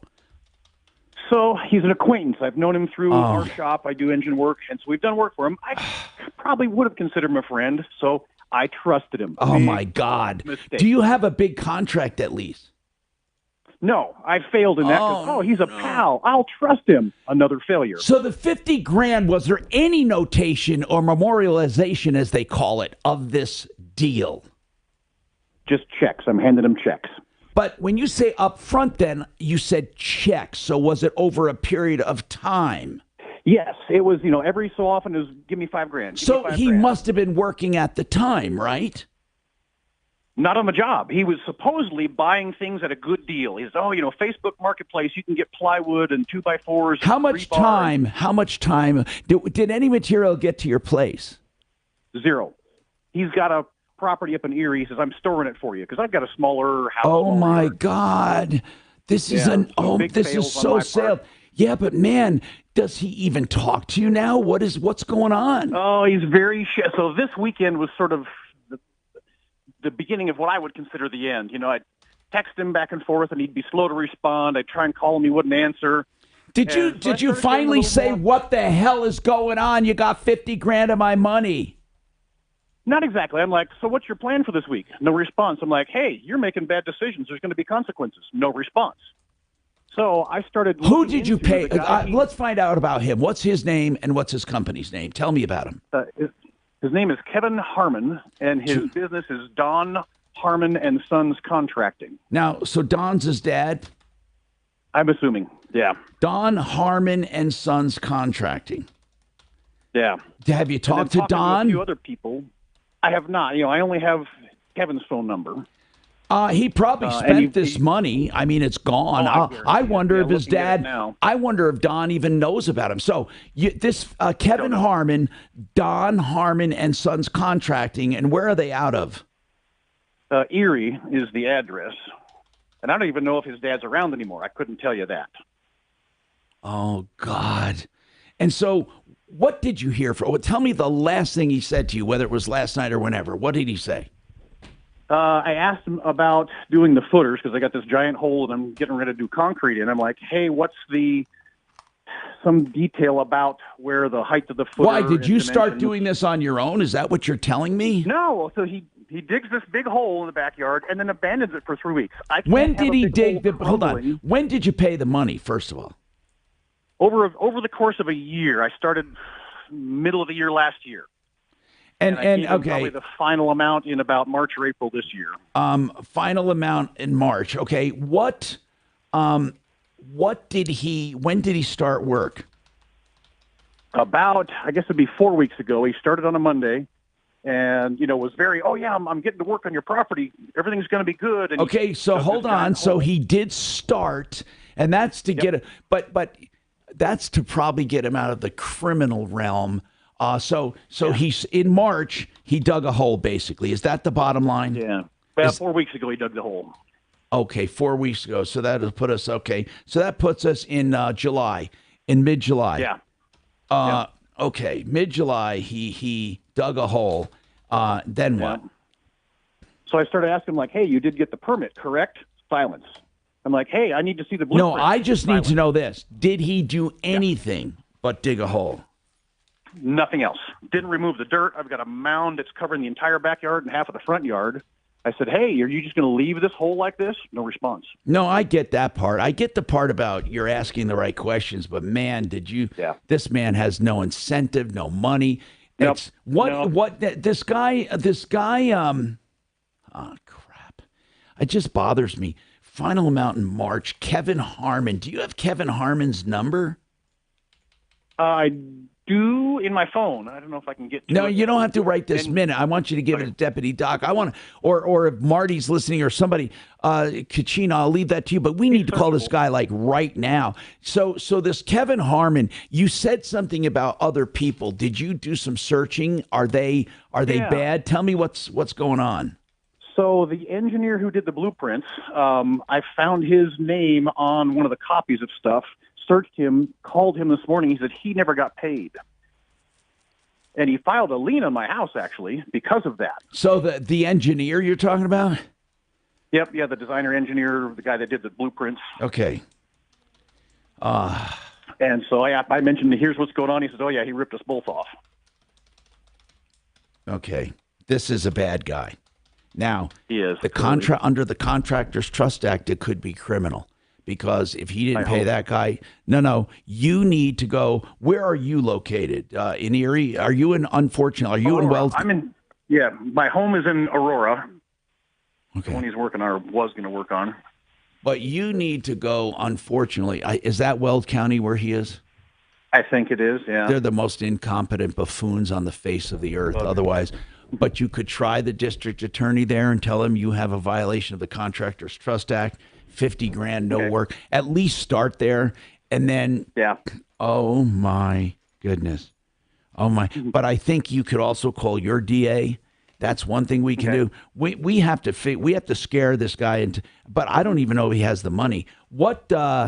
Probably not. What I would really like is just do the work. Right? But get yourself out of this. What makes you think he even has the materials or anything to do the work? How much? How much was the? Squeeze him for that. How much? How much for on the whole job? What was it going to be? So how much? No. How much was it going to be the whole job when it was done? $68,000. Okay. So I went way over half. And then he tried to bump the price up a few months back. Oh well, things have gone up. That type of thing. He wanted another $25,000-$30,000. Without writing stuff down, I said, you need to be more specific and get me some, write this down on paper and tell me what changed and how much. Never got anything. Why did you you must have been really good. Were you really good friends with him? No, I've known him a long time. He's got a history. So why do you know him a long time? Tell me why you know him. The shop I work at, I've been here 18 years. I went to high school with my boss 35 years ago. So we have a network of people we do work for, racers, and they all hang out at Bandamere. Is he a racer? And so it's sort of this, yes. And so he's a known figure, and you sort of assume that people have not said bad things about him to this point, so I have no reason not to trust him. We need to call Kevin Harmon, man. Yeah. We need to call him. Kachina. Is is Marty listening right now, Smarty Pants? He's moving today, Tom. Oh, that's right. I'll call him right now. Okay, Doc will call him right now. Doc will call him. Let's do that, man. Let's just get and Doc, I want him to know this ain't a small thing here, man. $50,000 Contractors Trust Act. You hold on, and Doc's going to talk to you in a minute here. Hang on. 303-713-TALK, 713-8255. God, does that piss me off. Folks, every time you hear this, remember it. Please remember it, okay? Now, John, this is a frustrating one. Your car was towed from an apartment complex. Can I ask just a few things real quick? Do you live there? John? Oh, yes, yes. You do live there? Yeah. Okay. And when was it towed? How long ago? This year, about 3 or 4 months ago. I have paperwork on this also. Okay. Now, I want you to tell me your whole story coming up, but really quickly, what are you calling about today? Okay, I had to pay to receive the car back. Got it. But why was it towed? I was signing a lease for this apartment that I've been living in since 2010, and I wasn't informed that I have to pay for the parking space. But you've been living there since 2010? Yes. Oh my God! Now, and you never had to pay for parking before? That's correct. And so you were signing a new lease? Yes. Okay, hold on. We'll come right back to you, sir. I promise you that. 303-713-TALK.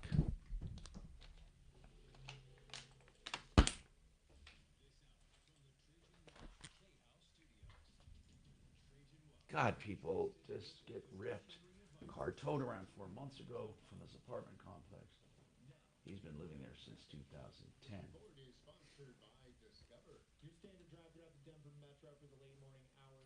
I'm cold.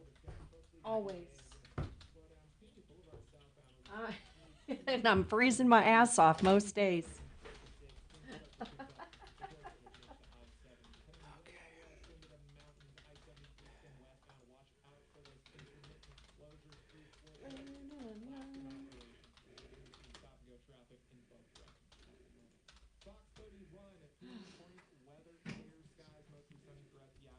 You know, these apartment complexes, when it comes to their bullshit.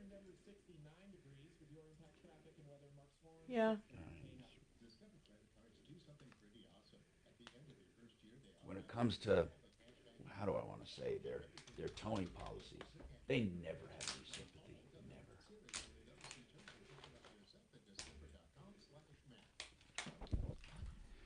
HarrisFamilyLaw.com/webinars. Now, HarrisFamilyLaw.com is the website for Harris Family Law, an adept law firm that handles all of your family law issues. Now, if you put the /webinars on it, you'll see all of the webinars they've done in the past and the ones they have scheduled for the future. And what they're doing here is helping you with free information that you can find at any time. So all you have to do is go to that website. And, of course, you can always call them for any issues, 303-515-5000.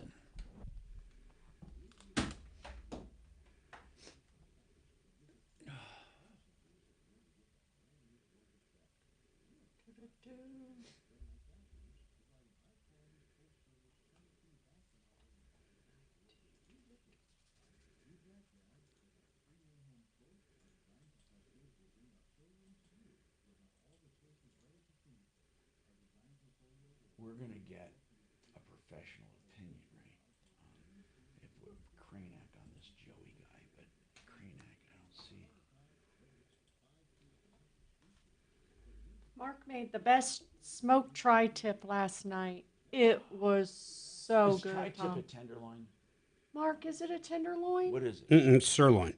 But it was so good smoked, Tom. Like, man. I've never smoked anything in my life. I love his smoked chicken. Yeah, I don't do well on outdoors. I mean, I do okay, but not. There's something. You mean like grilling? Yeah, trying to find the right. Yeah, I just don't have the secret on finding the right.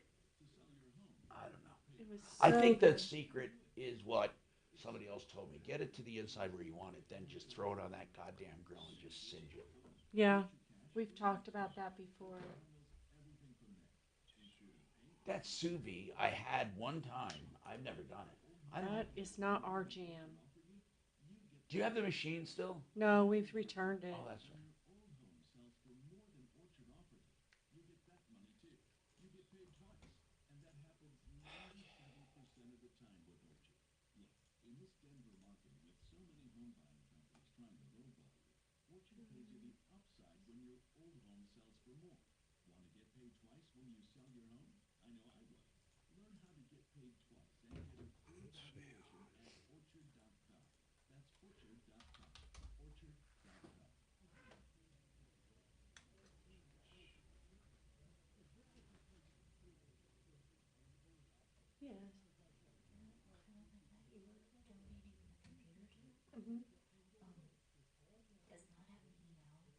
Did you call him though?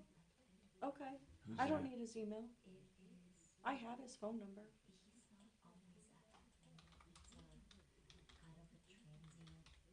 Yeah, did you tell him though that I was just waiting to hear back? Did you talk to him? Oh. Okay. Yeah. I don't think he isn't on the street, Squirrel. He has a place. Let me see what I have for a phone number.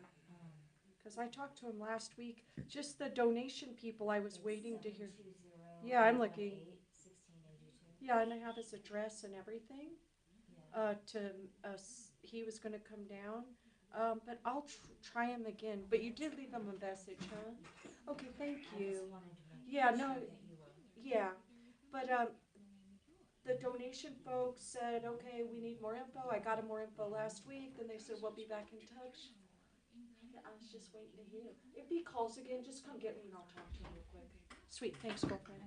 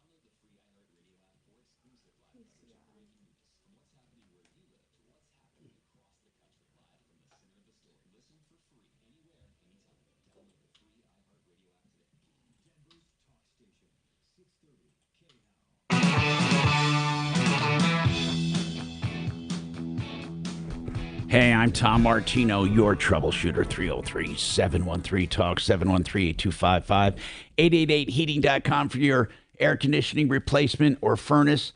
Or, of course, if you need stellar service. But he gets great value. He wants you to put him to the test. 303-770-2776. 770-2776, 888heating.com. Okay, so I'm taking these in the order. Now, John said he was doing a new lease, right? And under the new lease, he had to pay for parking. So how did your car get towed in the meantime? How does that happen if you've been there for so long? You were negotiating a new lease, and were you supposed to have a sticker on your car? The way they read or identify the legality of the car in that space is done electronically. Okay, but what I need to know is this. When did you sign the new lease? All right, let's say the lease was due to be renewed in October. This is a year ago. Did you renew your lease in October? Oh, yes, okay. I did that. And in that lease, you were supposed to have done something with your car that you didn't do. Is that correct? No, there's nothing in the 53-page lease that I signed, anything about the parking space that I'd have to pay for that. There's nothing in there. Okay, so walk me through this. You signed a new lease in October, right? Yes. Okay, then what? Then I need to know, how do you go from a new lease in October to a car being towed 4 months ago? How does that happen? Just walk me through that without every single detail. Just tell me the main stuff. Well, that's the good question. So after I signed the lease, 83 days later, I go to check my car or use the car or something, and I found it missing. So I went to the but office. here's what but that was 83 days later. Why was it towed? Were you supposed to be doing something during that 83 days? Tell me what was, don't tell me the process. You went there, you talked to him. Tell me, what did you find out the problem was? I found out that paying for the parking space doesn't come through the rent or anything. It's a separate company. Okay, and you were supposed to be paying that monthly? Yes. Okay. So under the new lease, where did they tell you you had to be paying monthly? The lease doesn't say anything. Okay, then how were you supposed to know? Well, when I complained to them my car was missing, he told me to call this tow company. No, no, I'm asking, everyone there pays a fee now every month, right? How do they find out about the fee? How do they find out? If it's not in the lease, how did they expect you to start paying it?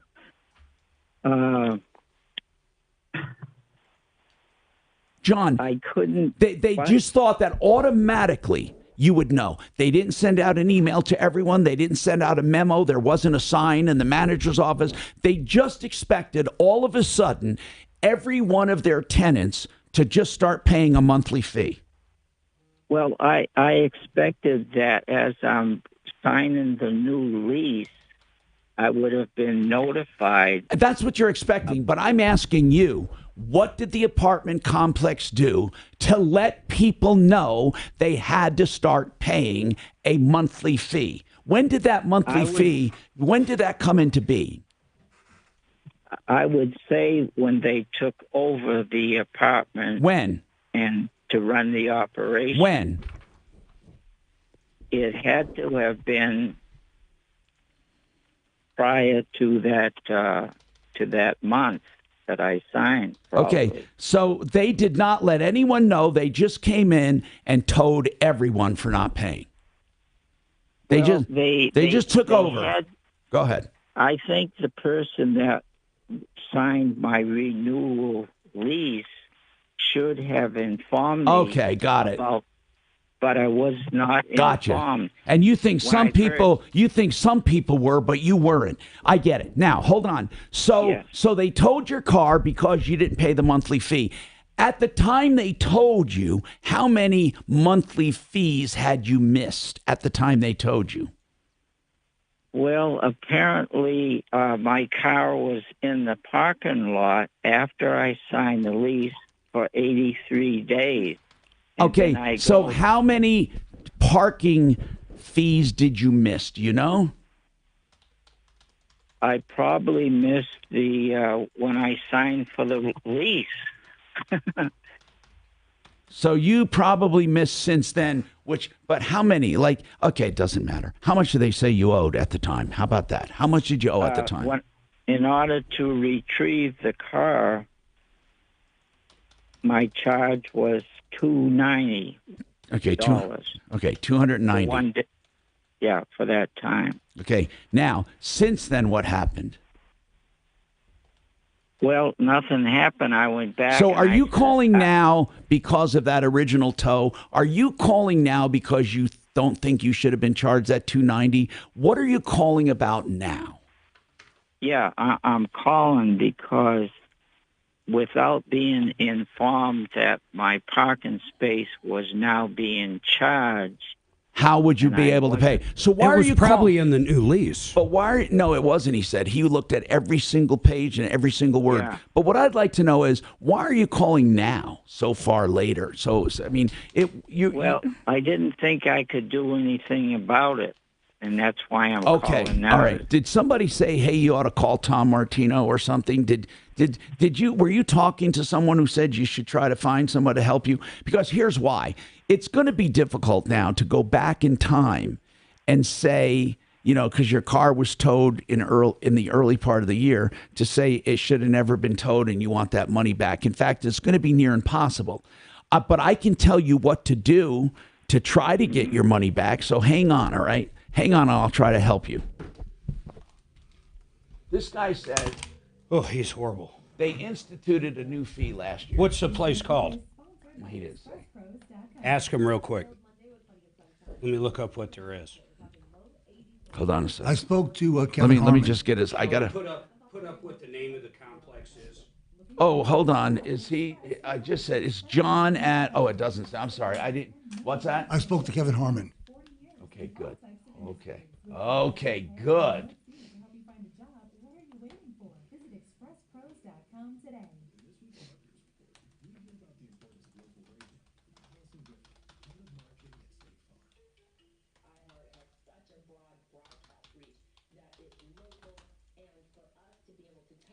He wants a refund. As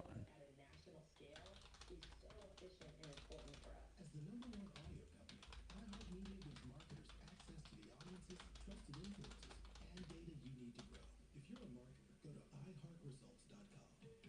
Why does Frank Duran, the real estate man, get top value for the homes he sells? Because I take the personal time. Every single listing I go on, I video the property. Then I study the film, I study the competition, and literally look at the strengths. Oh, man. Kelly, can you put the name of the account? I'm consumer advocate Tom Martino, urging you to use Frank Duran, the real estate. Hey, John, what's the name of your apartment complex? 303-920-1622. That's 920. Pleasant Place. Where's it located? It's Brian with Advanced Mud Jacking. 2023 is here. It's time to focus on our home and business. Just where are you? What city are you in, sir? That's what I need. Porches, What? patios, and those pesky trip hazards. Advanced Mud Jacking has the Okay. solutions. All right. Hang on. 424-9441. Denver. Littleton area. Yeah. Pleasant Place, Mark. Pleasant. Pleasant Place. Saturdays at 10 on KOA. Hi, I'm Gary Bell from Bell and Pollock. We are injury attorneys, and this is your legal minute. You're in an accident. You get out to exchange information like you're supposed to do. The other driver says, I don't even have a driver's license. I'm sorry. I don't even have any insurance. I'm sorry. What are you going to do? Is there anything that you can do? Yes. You can call Bell and Pollock. Definitely hate this place. 795-5900. Pleasant. But know this, right now. Isn't Pleasant Place a There's trailer park? There is nothing called Pleasant Place. Or am I thinking Pleasant Place apartments? This guy doesn't even know where he fucking lives. Aw, poor fella. In Colorado. Pleasant. Maybe he said Prentice Place. Maybe Kelly needs. Oh. Does he live on Pleasant Park? I don't know. Road? He doesn't even know where the fuck he lives. See, I have a minute, right? I can ask. Is he online? Sean, real quick. John, what's the name of your apartment complex? Here at our famous Williams Jewelers down in Bonner, you'll see way more beautiful certified larger diamonds than you find in It's on what way? 4-carat diamonds in stock every day at the guaranteed best price in Colorado. What time is your last? In what city? Create not just her ultimate diamond ring, What time but is a that true guy family legacy. So when you All right, sir. Hang tight just a minute. Okay, hang on. What'd he say? Pleasant Place, Okay, Balsam sweetie. Way. In Littleton. Thanks. I'll see you, honey. What is your favorite? Oh, I will tell you, MR. Yeah, where is it? Let me get over here. Okay, I don't know what to say. There's no. What are you looking He doesn't for? know where the fuck he lives. I know. He didn't. literally has no He idea. had where no lives. idea of the address. There is no Pleasant Place Apartments. We believe recovery is possible. The Raleigh House can help. Call 720-797-87. There's a Prosper Place. That's the Raleigh House. Maybe he can't read. 797-8717. Would you ask him if it's Prosper Place? I think he would have. Oh, okay. John, we can't find a place. We can't find something called the Pleasant Place. What's the name of your apartment complex?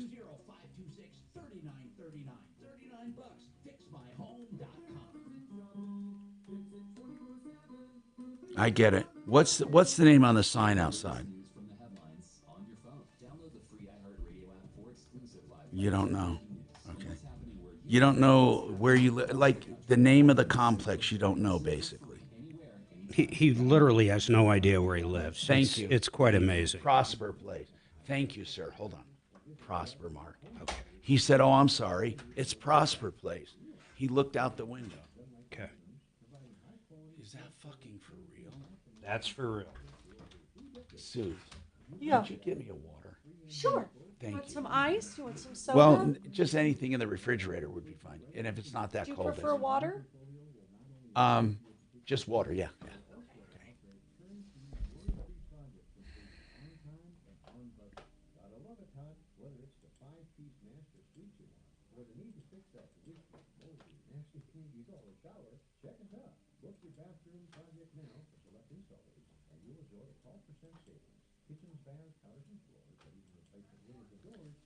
I hope we don't go back to fucking lockdowns because of COVID No, coming they back. won't Why do- would you think that?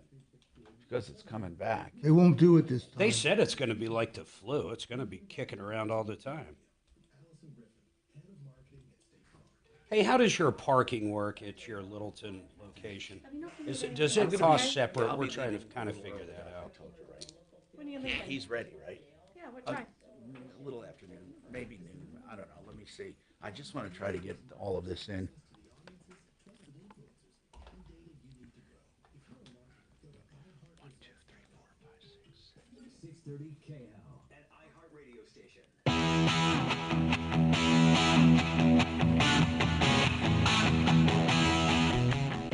Hi, Tom Martino here, 303-713-TALK, 303-713-8255. So we are on the phone with that parking place. We'll go to another call right now while we're waiting, okay? And so this Russell's been waiting a while. Russell, you're calling for a friend about a divorce. What's going on, Russell? Hello? Hi, Russell. What's going on? I'm calling for a girlfriend of mine. Yeah. She just went through a divorce, and her husband isn't doing what he is supposed to, and consequently, she's gotten her water shut off, her power shut off. Now, the okay, car's been let's get to repoed. the part. Let's get to the part where the ex is violating some decree. What do you mean he's not doing what he's supposed to? Let's get right to that. Okay, the way she explained it to me that they just made an agreement what they were going to do as far as their divorce, and Now, hold and I on. guess that was- Did they actually go to court for their divorce? No. Okay, so they're not divorced then, right? Well, yes, she said that the divorce. Boy, she just stepped out for a second too, and I need to ask her that. The way I understood it, that they didn't see a judge. They like an arbitrary or somebody, something Like that. a and they- mediator. I got it, but was it actually finalized as a divorce? Yes. Is there a written agreement? I'm not real sure. Well, Russell, where's your girlfriend? Can I talk to her? Yeah, she ran outside to catch. I tell you, Nadine, come here. Is your divorce? Yeah, let me. No, I want to talk to her directly. I don't want to relay. Let me just talk to Nadine real quick. I'll be really easy. Hello? Hey, Nadine. Nadine, in your divorce, was it finalized? Yes, it was finalized May 1st. Okay, hold on. And was the divorce decree signed? Do you have an agreement signed? Yeah, here's the thing. Sorry, I was running. That's okay. That's okay. Give me a second. Let me take a breath. He lied. Well, He got in a lot of trouble. I know, but first, He lied. Nadine, before we get into all that, I just need to know something. Did you have a written agreement upon divorce? Yes, we have it on text message, and he was supposed to be paying me alimony because we verbally agreed on it. And and Okay. the only thing he's supposed to be paying is child support, but he agreed to pay me alimony. Okay. And since the divorce was finalized, he stopped paying it. Okay. Now, hold on. Nadine, I'm going to try to help you, but you need to understand a few things. You went through mediation. Is that what you went through? Okay, did you No, actually? We didn't do a mediation. We called. So it was a phone interview, and Okay, she called. She said, "Hey, this is what you need to do. We needed to take a class." We both took the class. She said, Nadine, was it actually finalized in the courts? yes, it was finalized with the court. Okay, That's what now, I'm trying to explain. but here's what I need to know, and I know you said you had text messages, but when you finalized the divorce, was there a divorce decree finalized with it where it spelled out what each of you do? Yes, there was, but not with the alimony. No. Okay, what was in the divorce decree? Just that he has to put the kids on his insurance. Okay, and what else? He needs to pay child support $800 a month, $400 on the 10th and 25th. But it did not specify maintenance, right? No. Okay, hold on then. Hold on. We got to get these facts and then we can work with you. 303-713-TALK, 713-8255. More coming up on the Troubleshooter Show. Mark, I only have these in-house ones. What's happened? The ones that are not checked. All right, you're out. Yeah. Now listen. Listen. With that decree, Mark, there's not shit. You know that. What is she saying? They had a decree, but then he orally agreed. On the decree, it's only in the divorce decree. It's only child support. That's it, and insurance for the kids. But they had an oral agreement apparently, or text message. For what though? For alimony or for support. But if it's not verbal agreement, which is odd, and he's not paying. right, I'm putting it down here for you. Only mentioned child support and insurance for kids. This is mine, yeah. So that's that. I gotta log out, but you'll see it when you log in. Hold on, let me just get out. Do you plan on being on the show this week, Tommy? Yeah, I'll go from home. You're gonna be from I just home? want to stop in and say hi to Do everybody. you want us to deal with the guest here this week? Who do we have, by the way? I know we have Brian Burns. Well, let me look at the schedule. I'll let you know for sure. I'll I just bug you want to. about it. I'm just getting a little, just a tiny bit. okay. I just want to. Are you off all the drugs? Walk around. No, not quite. I'm on Close. I'm like on muscle relaxers and stuff. You know, nothing heavy. Did they wean you off the morphine? Oh, that they do before you leave. You know. They don't give you morphine to take home, do they? No shit. No, that's. How do they give you morphine, on a drip? That they do intravenous, not a drip. They Just push it. They push it. Do you want your headphones or keep those? No, I don't want They to. only do that. They were really reluctant to do it. I mean, not at the beginning. Well, they had to because you couldn't go to the bathroom. Every 2 hours, as opposed to, and I did not have the clicker. I don't like that. That clicker makes me loopy. I hate the lotted, and that's the only one they'll put in a clicker. And I did not want that, so I just did the morphine, a few shots, and then went home. I think they kept me 2 nights, right? I think they kept me. You left Yeah, you Sunday. came home Friday. No. Yeah, she texted us a video of him When was walking the out. surgery? Wednesday. Oh, okay. I was thinking the surgery was like Thursday. So I'll see you guys. So I'm gonna. I'll text you, look at the Tommy. schedule.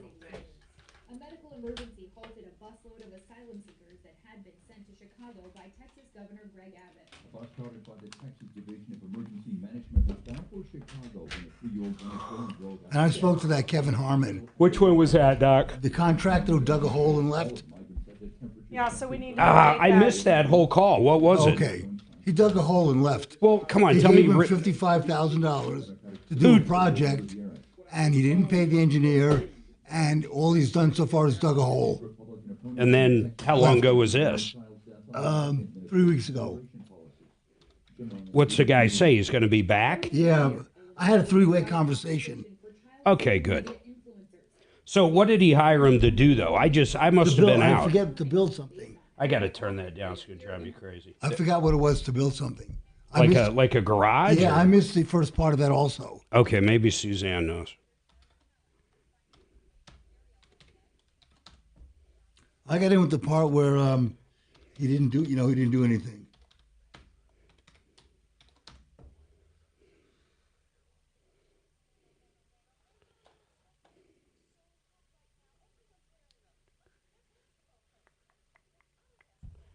Let's see here.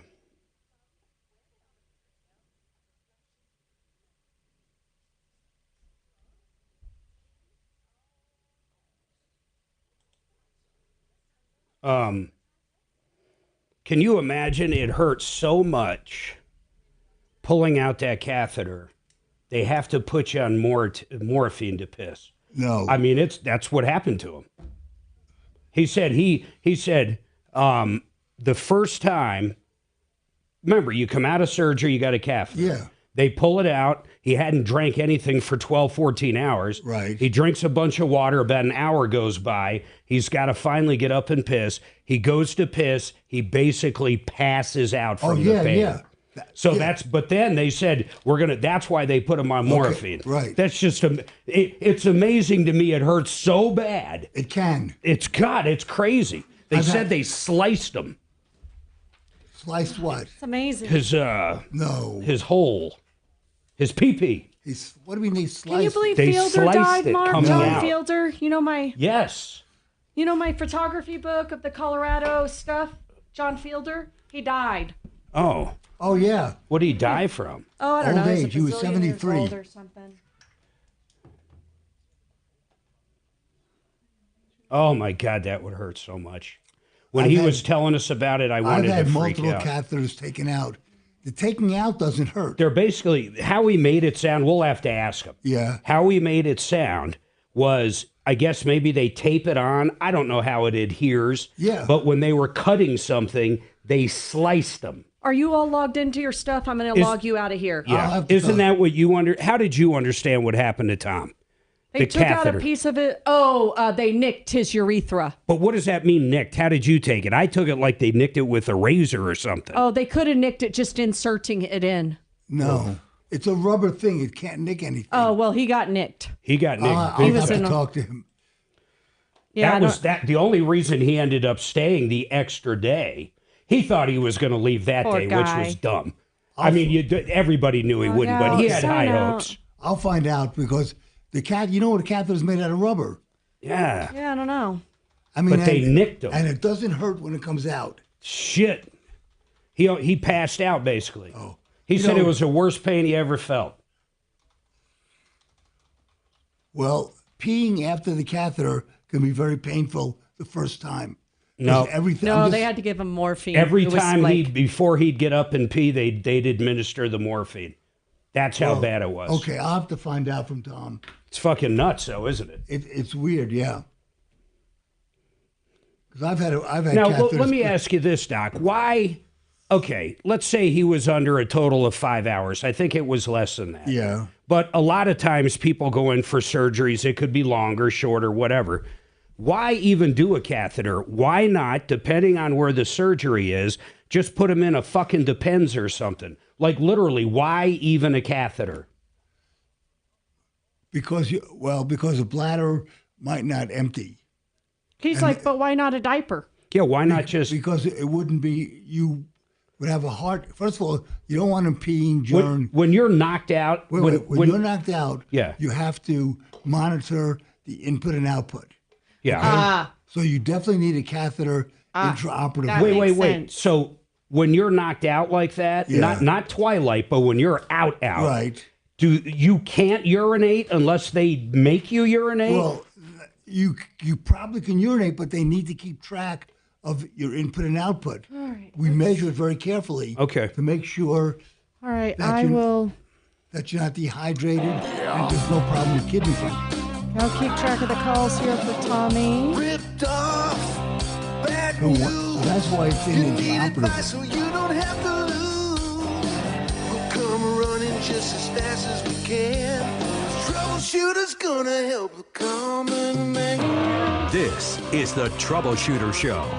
Now, Tom Martino. Welcome to the show, the only show of its kind. We're here to solve problems, answer questions, take complaints. Our entire goal in life, my friends, is to make your life just a little bit better. If you've been ripped off or taken advantage of, I want to hear from you. 303-MARTINO is the phone number. Spread that around to your friends, too, because they can call us anytime, not just during the show. You can call at night, in the morning. We don't care when you call. If we don't answer, you can leave a message, and one of us will call you back. It's pretty straightforward. Over $300 million so far in cash, merchandise, exchanges, refunds directly due to this show. I need to get back to somebody real quick here.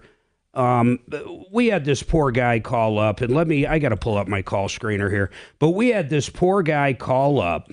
What was his name with the garage, Suzanne? That was John on line 1. Hey, John. So your vehicle got towed. I called over to your apartment complex. Are you there, John? Yes, I am. Yeah, I called over to your apartment complex, and here's what they told me. The guy had only been there since May. He said since he has been there, they always have charged $15 a month for residents. Anybody can park from what I believe they said was 7 to 7. Anybody can park without any issues. But if you're going to be parked overnight and you're a resident, it's $15 a month for that pass. Now, if you're not a resident and you're a guest, it's $5 a day. So that's the understanding. When are you saying it changed? Because you said it wasn't like that for a while.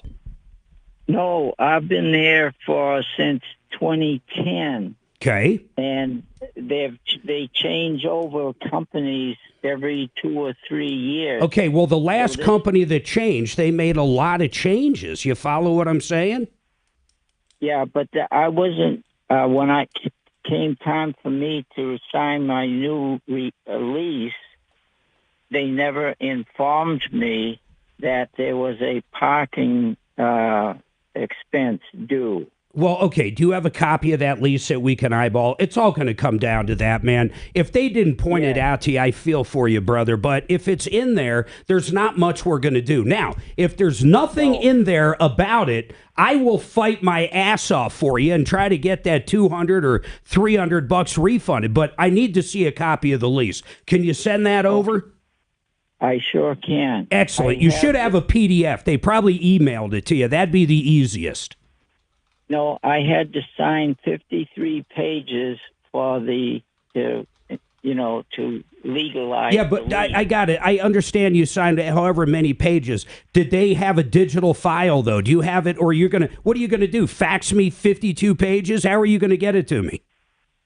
Then I'll have to contact them. Yeah, have them. Here's what I want you to do, John. I'm going to make this very simple. I want you to call them up and say, or walk down to the office. The office looks like it's right there. Can you walk down and talk to someone there? I can do that. When can you do that? Can you do that now? Are you at home? No, I'm at my daughter's place. When are you going to be home? I can go over there today. What time? And it would be.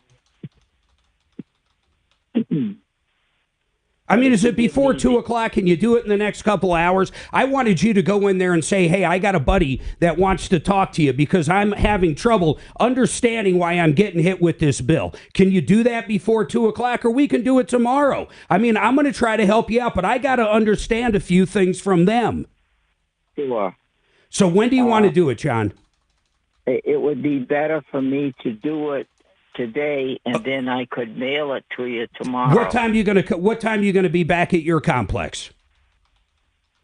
Sometime today. Okay, here's what we're going to do. Whether we're on the air or not, Kelly, here's what I want you to do.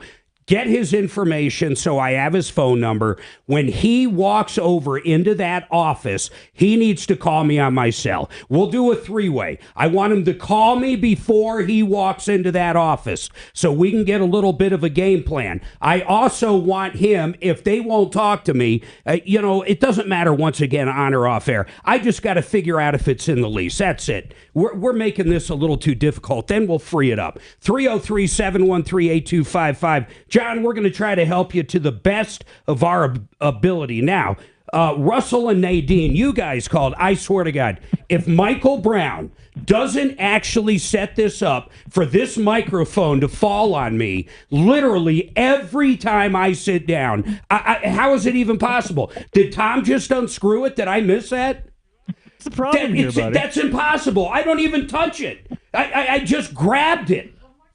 Oh, my goodness. It's amazing to me.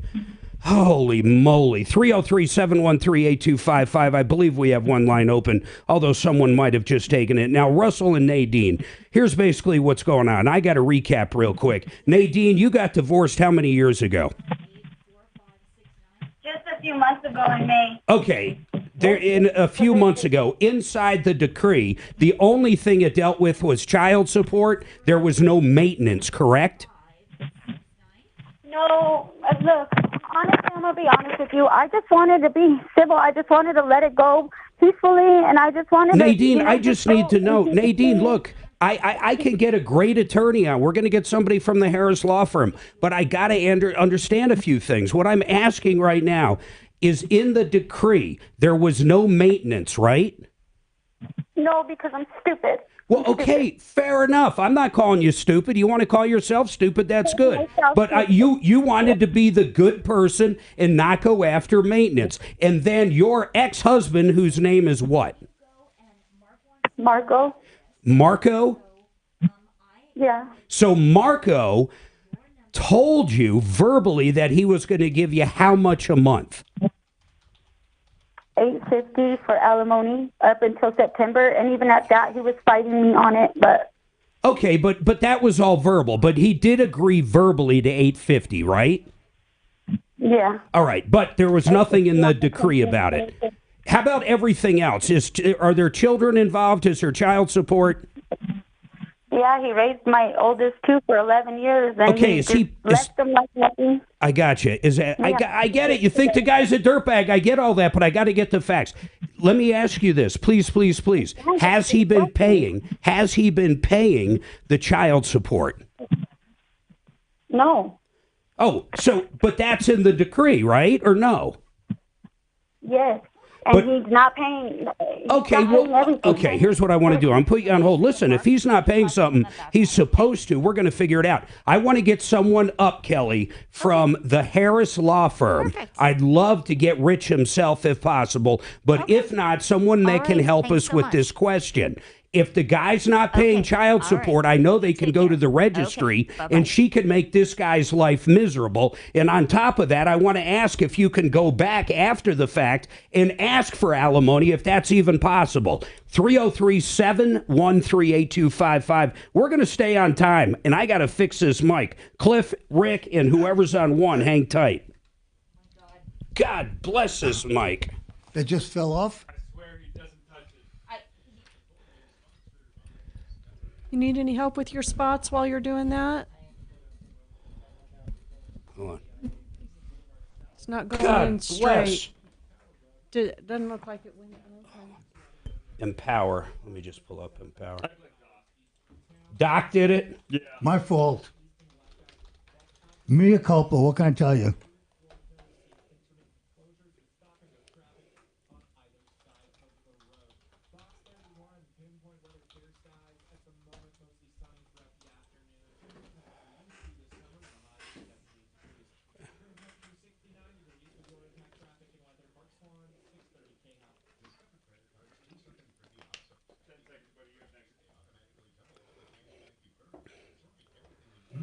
What can I tell you?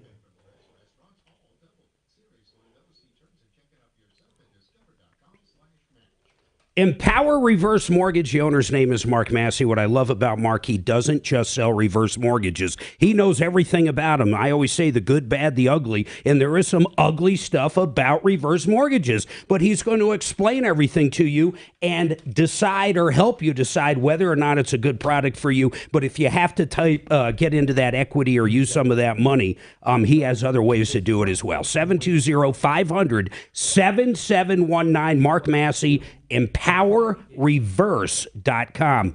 Now, let's talk about an ugly house, a big, ugly hoarder house that maybe you inherited or you didn't know your renter just totally wrecked it and there's trash everywhere and holes in the wall. Well, it might cost a fortune to get it ready to sell, or you can call the people at HomeVestors. They will come out and write you a check, usually within 48 hours for your house. Sometimes it's a better deal than putting all that money into it to getting it ready to sell. Maybe you just want to get on with your life. Check them out at WeBuyUglyHomes.com. That's WeBuyUglyHomes.com.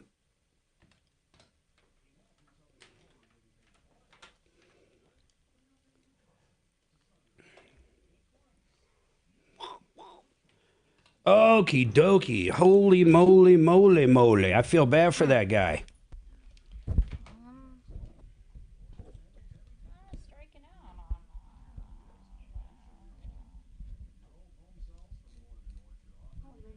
But it's got to get better than what you just did.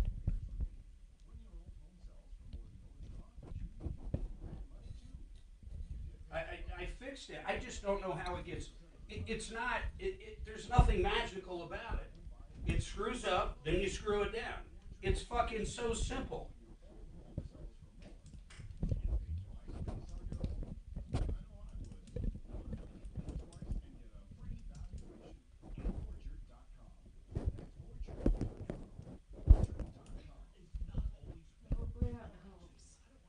Jeez, it's all sketchy.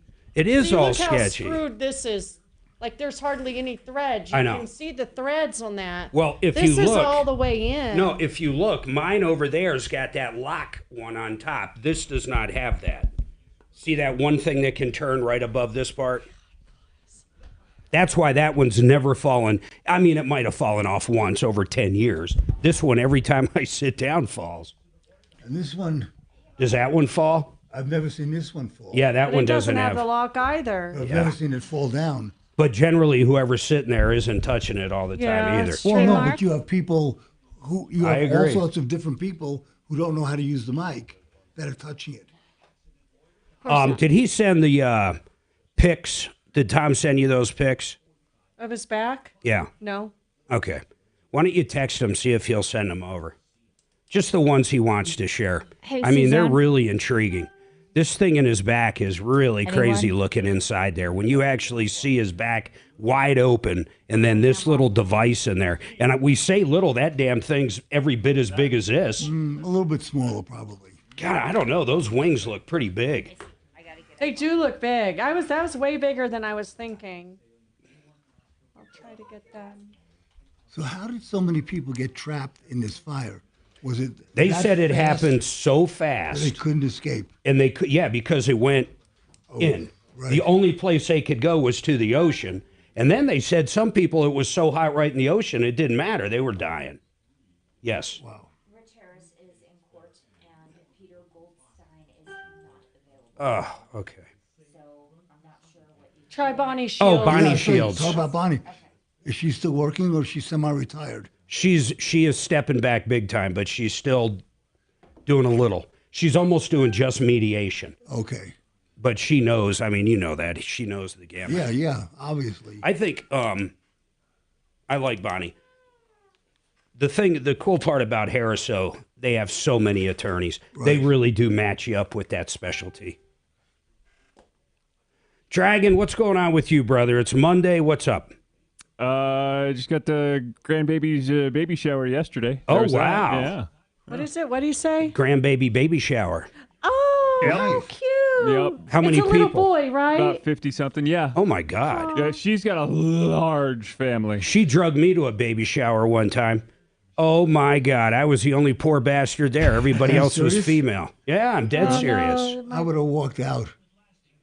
A baby shower. Yeah, what were you doing? Going, yeah, I'm going to pull your man card. No, my son was very adamant. He's like, hey, this is my first kid. Okay. It's going to be all-inclusive. Guys, girls, don't care. We're all Okay. showing up. Did you like play in the games, and did you Oh, like hell wear no. a bra and shit, No. and pin the tail on the breast, Nope. and feed the baby breast milk Nope. and all that shit? Not a chance. Nothing. No. Did you have those games though? Yes, they did. And you didn't participate. Correct. I would have. If I went, I would have. Good for you. God. So you just let your woman, or I'm sorry, your what would that be? Your She's a daughter-in-law. Oh, Lord. Daughter-in-law, right? Yeah, yes. So you just let your daughter-in-law sit there and participate, and you just sat there like a bump on a log. Yeah. Okay. Along with a lot of other If people, I ever too. went to a baby shower and they found out what I did for a living, it would be the most horrible. I would hear I'm every sure. freaking woman's birthing stories. Hey, Kelly, added Tom to an item. spilled in here before he left. Could you bring me a couple napkins, please? And make sure the studio's got water. Not too much water, though. September 26th. Did I do that? All right, 15 seconds, guys. Thank you. Yo. Put up my brakes, please, so I can load them.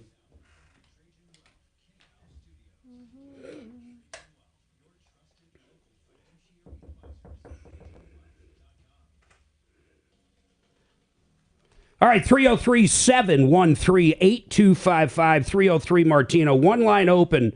We're going to try to help that guy out with his car that got towed. I think his name was John.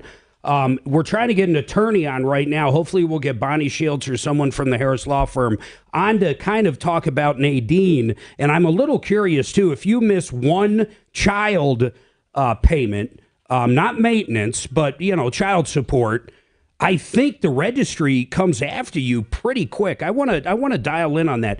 I can't stand deadbeat dads. I really can't. Or deadbeat moms for that. Generally, it's going to be deadbeat dad. But, we'll go from there. We're going to try to get that expert on 303-713-8255. Kelly, if you try to get Bonnie Shields when you get back in there, I'd appreciate it. And then in the meantime, hey, Cliff, what is going on with these apartments? First of all, hey, Tom, thank you for taking my call. I Sure. appreciate it. Yeah, I am calling on behalf of my daughter who was bought a condo at Club Valencia.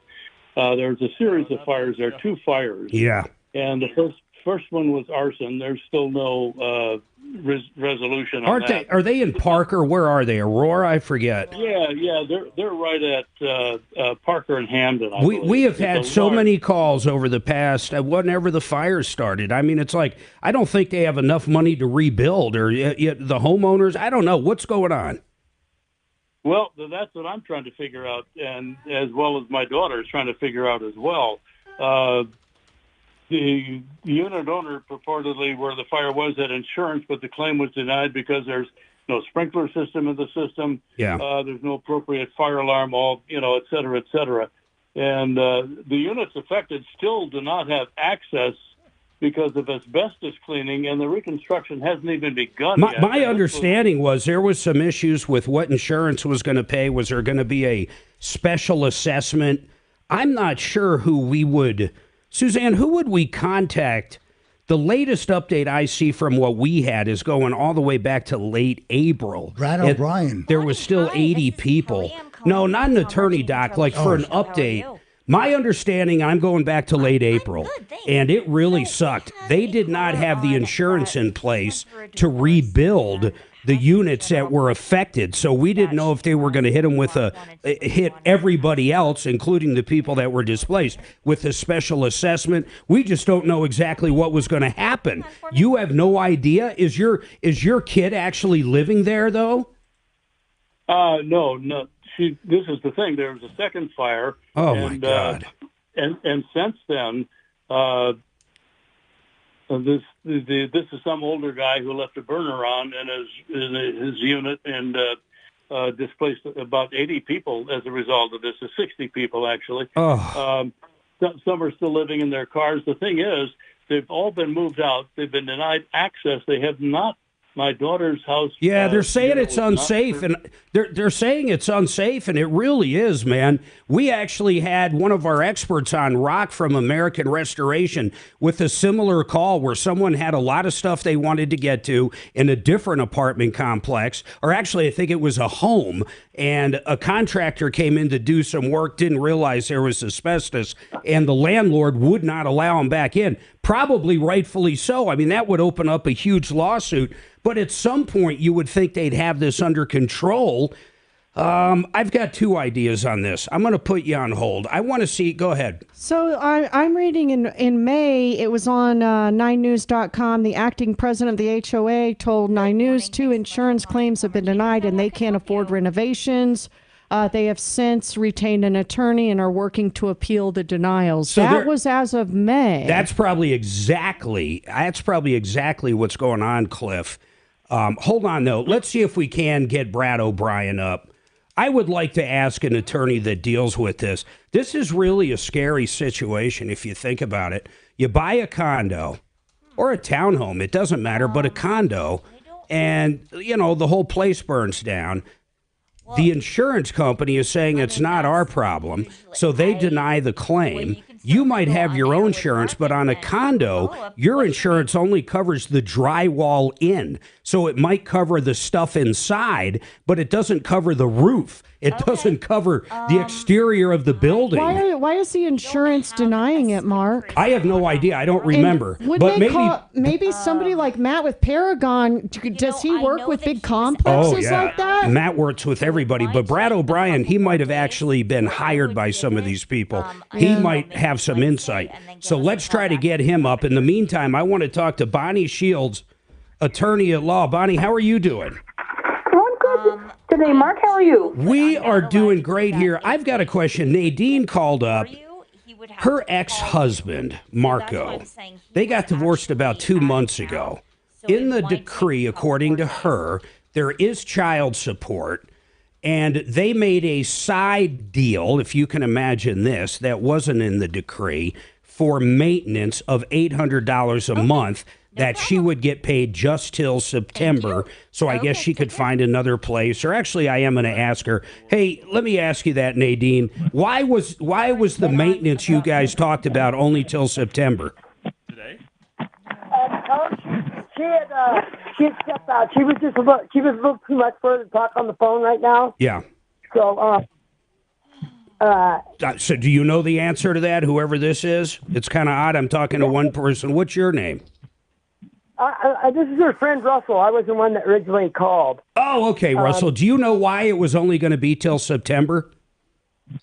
I'm not really sure exactly what the reason was. I think that it's just that she thought she could be on her feet by Okay, then. I got it. So really, I guess it doesn't matter, Bonnie. They had a side agreement, an oral agreement. He hasn't been paying that money. I mean, honestly, there's nothing she could hold him to, right? I mean, the decree is whatever it is in writing, and that's what the judge said. I mean, the guy's a scumbag if he actually said he would do that and hasn't, but there's really no recourse there. And the real question I have for you, there's no way there's recourse because he's probably going to deny he ever said it. And even if he did, I don't know how that would play out. But can she go back to the judge and say, Your Honor, you know, we did have this oral agreement. Would you please relook at his income and my income? I would like to go to maintenance now. Or is it just too bad, so sad? After it's done, it's done. Okay, first of all, on maintenance, if she waived maintenance, and I don't know if she went to a final hearing or if they reached an agreement, but so if they reached an agreement before they got to court, there would be something in there about maintenance. And if it's not in there, like if she waived maintenance, once you waive it, that's it. That's it. It's all over but the crying. If you go to court and the judge does not award maintenance, it's all over but the crying. So I don't know which one it is for her, but unless she left that door open and hey, Russell or Nadine, whoever's on the line now, do you know if they actually went in front of a judge or did they work everything out and then the judge signed off on it outside the courtroom? You can go directly in front of the judge, did you, Katie? Yeah, we talked to the judge. Yeah. That's you were in front of the judge. We were Bonnie, how do you phrase the question properly? I'm trying to get the answer to. Yeah, the question would be: did you go through the judge and tell the judge your side of the story? How long were you before the judge? There's the question. No, we agreed. We had an agreement. The judge said, "Okay, you agree on this. You agree on this. Okay, you do this. You do this. Is everything okay?" We agreed. Yes. He pays this. I pay. This. And then that was it. So they agreed on everything. Then what happens then, Bonnie? So then they agree, the judge just asks, are you sure you agree? And then he or she signs off on it? Right. So ask her if they have a separation agreement and if that document talks about maintenance. The separation agreement is the written agreement they would have come to probably. Yeah, what agreement do you have, Nadine? Just the only agreement that we have is just the child support. He pays $400 every 10th and 25th, and then he's supposed to put the kids on his insurance, and then I get one kid for tax season. He gets one kid for tax Yeah, season. I'm gonna get into that part in a second. But the first reason I'm having Bonnie is to see if you can go back and ask the judge whether or not you can get maintenance after the fact. And it really doesn't look like it, does it, Bonnie? Well, I still can't tell what kind of agreement she did. Can you look it You up? must have had a long agreement that talked about your marriage, who gets the bank accounts, and it would talk about kids, and it would talk about maintenance. Do you have a long agreement that you came to called a separation agreement? Yeah, but he lied on all his sworn financial statements. He lied on all of it. Nadine, we're not just please, but you do have that long agreement. Let's Hey, I have a Bonnie, let's question. assume she has that. I have a significant question. Go ahead, Are Doc. you and Russell boyfriend and girlfriend, or are you just platonic friends? What does that matter? Well, because if I'm not saying you are, but if she's living with Russell, he may just be pissed off and say, look, you're living with this guy, let him take care of you. Doc, okay, but anyhow, Bonnie, Bonnie. It's nothing like that. I'm just a close friend. Okay. But Bonnie, it sounds like she has that agreement, so that means what? When it comes to maintenance, it's done. Right. If there's and I'm assuming this is a marriage, by the way. Yeah. Because there is no maintenance. If it was just a custody case, Yeah, this was a divorce, right? This wasn't just child custody. Mary, Yeah. our house was to be sold. That was a part of the agreement. That the house was to be put up for sale and get sold. Hold on, Nadine. Hold on. I just got to put her on hold. I don't need to know everything in the agreement. Bonnie, can you say if she does have that agreement, the separation agreement, that if it does not talk about maintenance, she's cooked. She's not going to get it, even if he said verbally he'd give it to her. Is that fair to say? Right. And it's going to be in there even if they did it themselves and they used a state form. Got it. There's a section for maintenance. And if she waived it, she's toast. The only way around that is if there was fraud, if he was fraudulent in his income. Got it. But you kind of have to be able to prove that you just found out about that fraud, because Sure. if she knew about it before, she should have said something before. So she's going to have to find an attorney if she can prove that he has fraud in his income. That might be the only way to go back and open that up. Okay, now, secondary question. How far back is he on child support, Nadine? The divorce. 3 months. Okay. Bonnie, please, I'm going to put you on hold again, so just listen, Nadine. Bonnie, when anybody is back on child support, what are the rules now? I know there's a registry. Do they immediately take a driver's license? How aggressive are they? What's really going on with that now? Most counties are not that aggressive, and they all have their own rules. For instance, this is a long time ago, so it might have changed. Jefferson was 6 or 8 months, maybe even 9 months. That was a few years ago.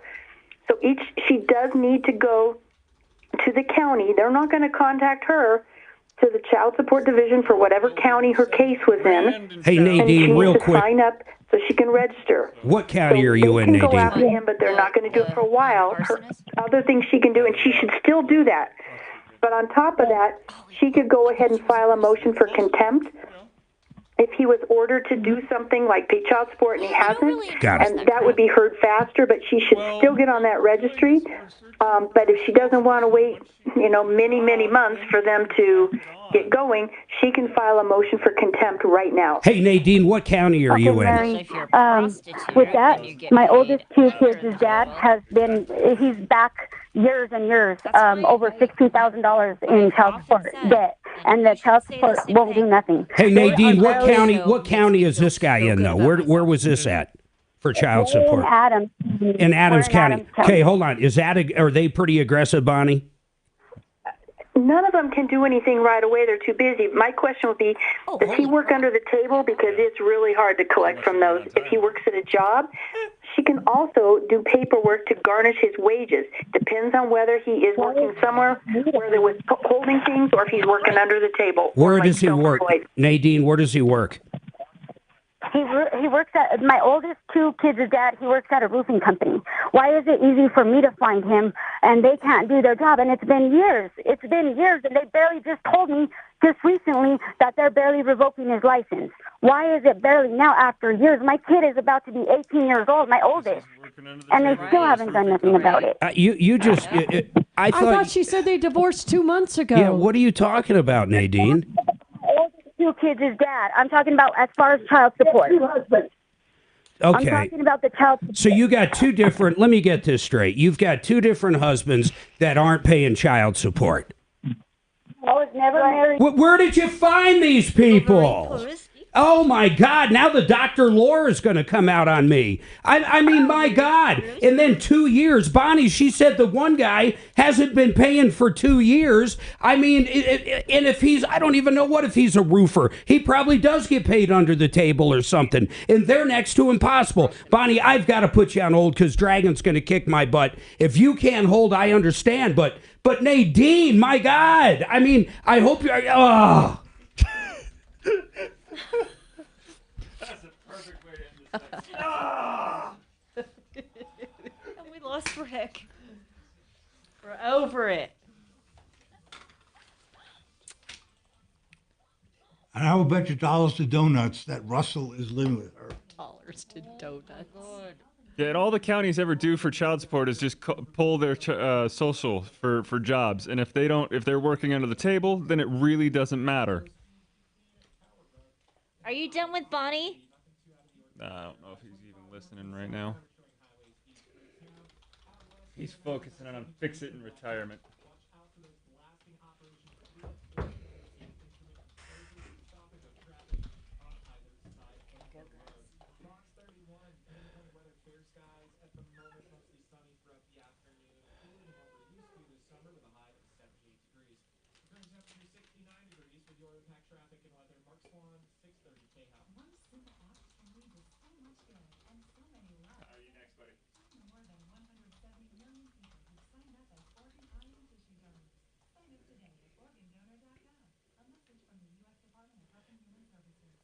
Retirement Planning Center of the Rockies. We love these guys. When you're going from your working self to your retirement self, there's a ton of different things you got to start thinking about. Not just should I get less aggressive with what stocks I pick or anything like that, but how about literally where to take money from first? Maybe you got a Roth, maybe you have just a traditional IRA or a 401k that needs to get rolled over. How about the medical aspect when it's time to go on to Medicare? How about the taxes? Oh my goodness, the ramifications on where you pull that cash flow from can be crazy. Do you take them earlier or later in life?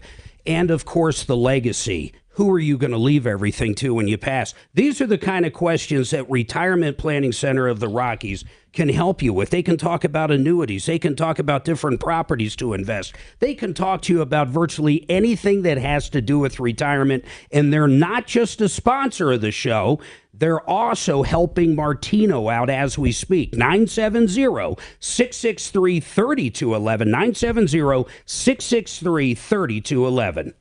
Now, fixmyhome.com. These guys do it all. Plumbing, heating, cooling, and electric. They also do drain cleaning. Here's what I love about them. $39. Only 39 smackers gets a licensed technician out to your house to give you an estimate on whatever you want. Maybe the water heater's leaking or not working. The air conditioner's not up to snuff. Only $39. Maybe an outlet at GFI keeps popping and you finally want to figure out what's going on with it. $39 to get a licensed technician to your house. You're not going to find a better deal. 720-526-3939, 720-526-3939, or fixmyhome.com.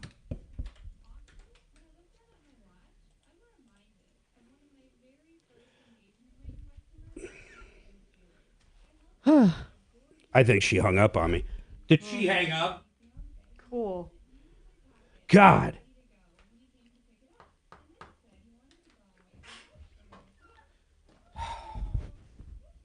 People just go, Line 3. yeah, Oh, none of she it, hung up. none of it makes sense. I'd hang up too because I'm about to rip her. I mean, I fucking can't believe You it. want to hold Bonnie? I think she's holding, babe. Yeah, I definitely go back to Bonnie. I just can't believe it. Kelly, who's on 3? Did you erase it? There was nothing on it. I erased Nadine and because she hung up. No, that's, I think, the same people. Oh, it is? Good You had afternoon. it fielded Thanks so much on for calling 4. The Tom Martino Show. How Is can I that help you? them? Hi, how are you?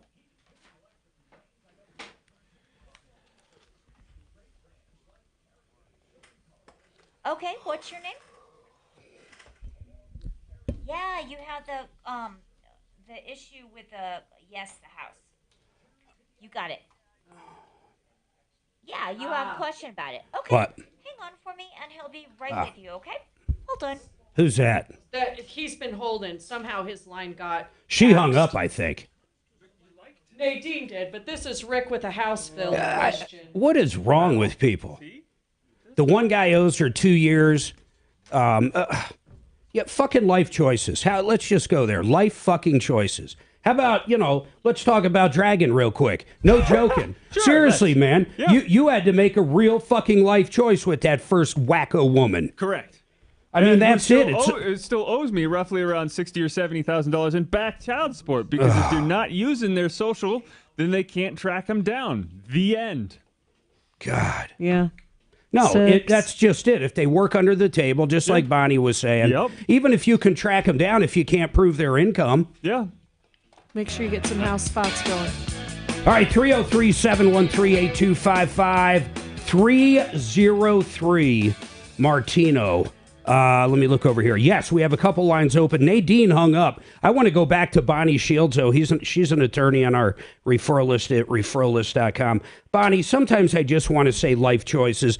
I'm sure in the industry you're in, you're never going to tell a client that. But my God, she's got one husband that never has paid for his kids. Now she's got a husband she just divorced 2 months ago, and he's already not paying for his kids. It's like, at some point, I just want to go, God, woman, and I don't mean it. I'm going to get some hate mail on this. I don't care if it's a guy. That part doesn't matter. But my God, make some right life choices in your own mind. Those guys didn't force you to marry them. You probably knew they were deadbeats before. Did they already have kids? But to go back to where you can help us on any part of this, Bonnie, if someone does owe a lot of back child support, Dragon was telling me over the break, how much does she owe you, your ex? Roughly around $60,000 or $70,000. But if she doesn't use her Social Security card for number to get a job, there's nothing the state, city, or county can do anything to find her. So just screwed. God. So Bonnie, that's pretty much it. If they work under the table, even if you do know where they are and they work under the table, there's nothing to garnish. There's no way to get it, right? Well, going that direction, yes, but you can still file the motion for contempt with the court. And so you go before the court, and I have done that, and they have to show why they haven't, if they knew there was a court order and it was a valid court order, why haven't they paid? And I have had judges give them 30 days, schedule a new appointment, and tell them to show up with the money or their toothbrush. I thought they could. Oh, well, that's great. Your money or the toothbrush. You're not going to get better than that. I bet they all of a sudden find the scratch. How about the driver's license, though? I thought if you were late, they can yank your driving permit or your license. They can. I think sometimes you have to be a super squeaky wheel. It depends on the county, who the caseworker is. It depends on lots of things, but they have the absolute right to do that. Like somebody comes to me, I can't do that.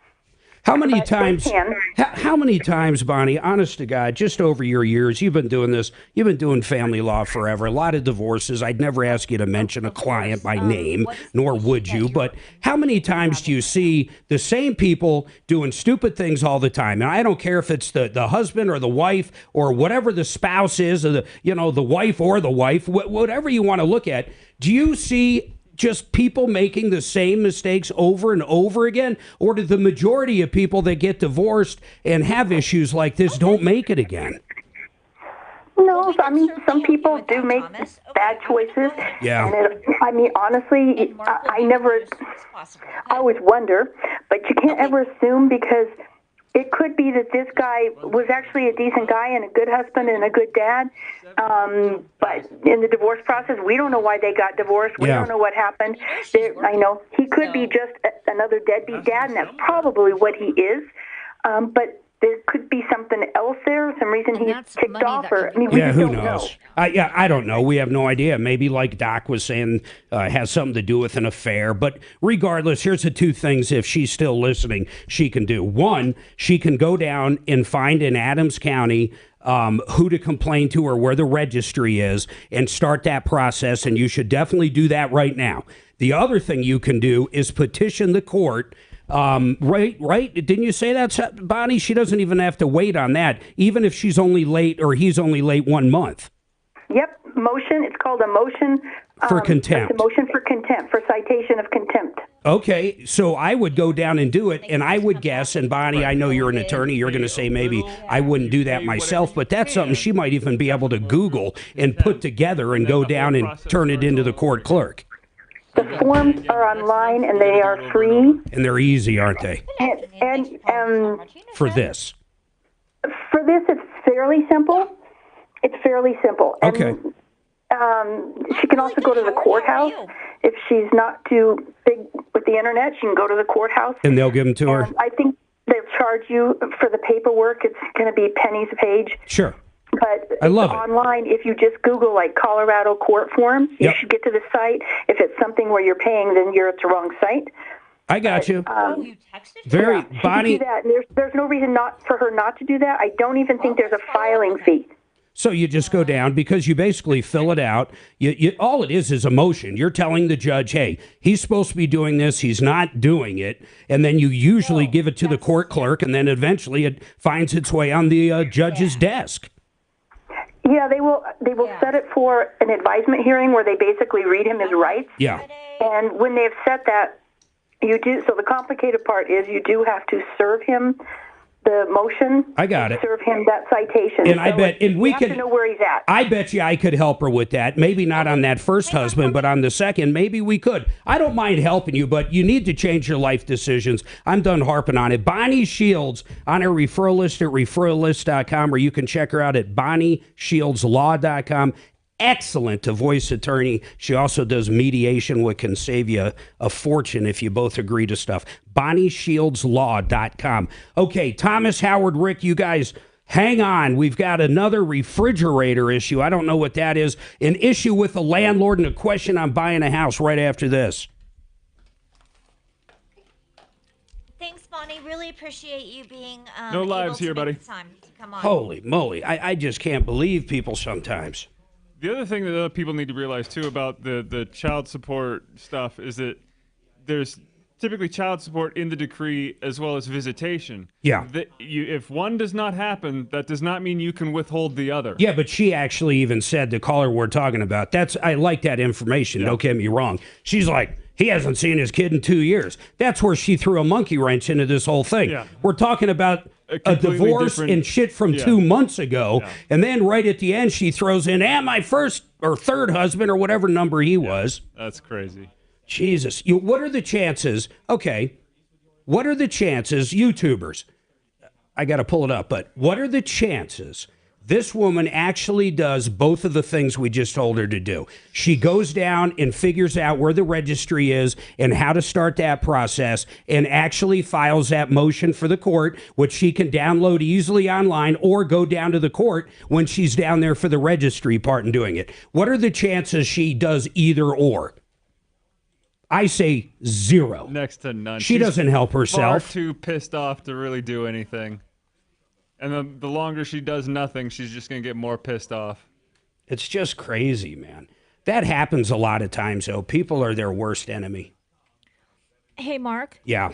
That caller on line 2 that you were referring to, Howard. Yeah.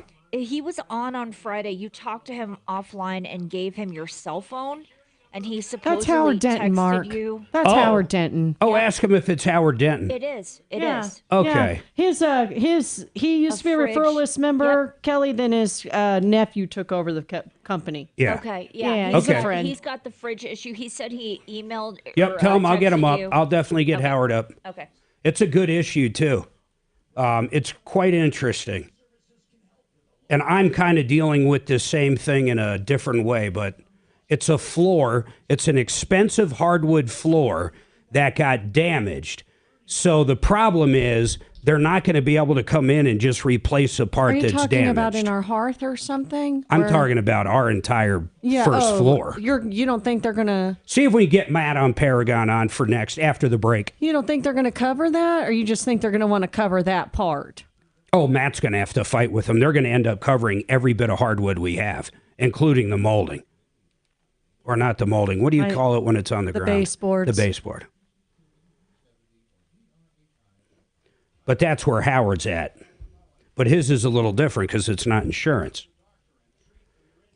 I guess Tom looked fucking good, didn't he? he did. I guess the president was asked about the rising death toll in Hawaii, and He said no comment. I not only did I hear that, not only did I hear it, I fucking watched it. I mean, they amplified the sound so you could hear it. It's crazy. All right, let me ask you a question. Yeah. Ask away. If you had the power, Yes. would you get rid of Biden and install Kamala Harris? Right now? Yeah. No. No. That's what people don't realize. If you impeach Biden, Well, Trump look was what you're stuck with. Trump was impeached 74 times. I mean, none of that No, but I'm fucking just matters. saying, but if you were to get rid of him, I mean, if you impeach Well, him, I'm not saying to get rid of him. I know, but Not in your scenario, at people least. don't realize that. Yeah. That if something happens to Biden, she is a total moron. Well, She's- that's where I'll tell you what you got to love at that point, though. The Pentagon. I mean, there are people that at least know the defense. Matt, it's Kelly over at the Martino Show. How are you? Have you ever heard her give one cogent statement to a question? that she- I just don't listen to her. She The only time I ever hear it's when they're making fun of her. So it's not. It's every time. It's she word opens- soup. It's every word salad they call it. Yeah. It's every So time Mark she opens her mouth. wanted as an expert just to give your opinion. I have 15 seconds here, guys. All right. 15, 14, House spot. 13. House spot. Hey, how come in yoga they say moments and not minutes? The last 60 moments. That's Why not right. minutes? In what? In yoga, they say moments, not minutes. Because each moment's supposed to be But it equals 60 minutes. House spot. But a moment is when something comes to you. All right, 303-713-8255. Give him your number. Listen, I guarantee you're paying. Well, I can't guarantee you, but my assumption, and I'm right most of the time on this, is that you're overpaying for insurance. I don't care if you're with State Farm, Allstate, anybody out there. If you go to compassinsurance.com, you can call them up if you'd rather do it over the phone. It doesn't matter. But I want you to talk to them about saving you money. All you have to do is send the the declaration pages of, say, your homeowners and your auto. If you own a business and have something like Garage Keepers, or you have workman's comp because you have employees, they do all of it, and they can save you money. I'm telling you right now, we have listeners, they've saved over $1,000 a month just by switching. And in some cases, it's even more coverage. It's that ridiculous, especially right now with the hailstorms. Everything is going to be going up in Colorado by zip code big time. 303, well, I'll just give you compassinsurance.com. Now, we have one line open, 303 Martino, 303-713-8255. Rick, what's going on with you? Hi, Mark. How are you? I'm doing great, Rick. What's going on, man? Well, a couple of things. First of all, it must be an honor to be called Tom so often. Well, it is, I but hear you. back in the day, I'm going to address this. I only address it occasionally. Back in the day, I would correct it every time I heard it, and I would end up saying it no less than 20, 30 times. So I just said, you know what? Why even mess with it? So there's the answer to that. But what's going on with this house? Well, I'm just in the process of. I'm a senior citizen. I'm in the process of probably purchasing a home, and I'll mention the home buyer because I think they're, great home builders, and it's Richmond American Homes. Yep. And what I'm getting into right now is a 50-page contract. They're and miserable. I want to know who you. They're miserable. Brad O'Brien's going to be the answer. They're miserable. Richmond, those contracts are going to scare the hell out of you. You might not go through with it. KB Homes the same way. I'm going to give you some scenarios. Unlike buying a house from, like me, one that's already built, these dealer contracts are completely different. 100% different than anything you've bought or sold before, unless if you've bought a track home before or even a custom home. But some of the things to look for in there, The biggest one is price. You think you locked in and that house is going to be $450,000. You're going to dive into that contract. I bet you anything. And you're going to find out that Richmond can charge you more for the house. And if you don't want to pay more for the house, they get to keep the earnest money straight up like that. I mean, that's one of the biggest things. You're also going to find out that everything is going to be covered in the warranty period, meaning this.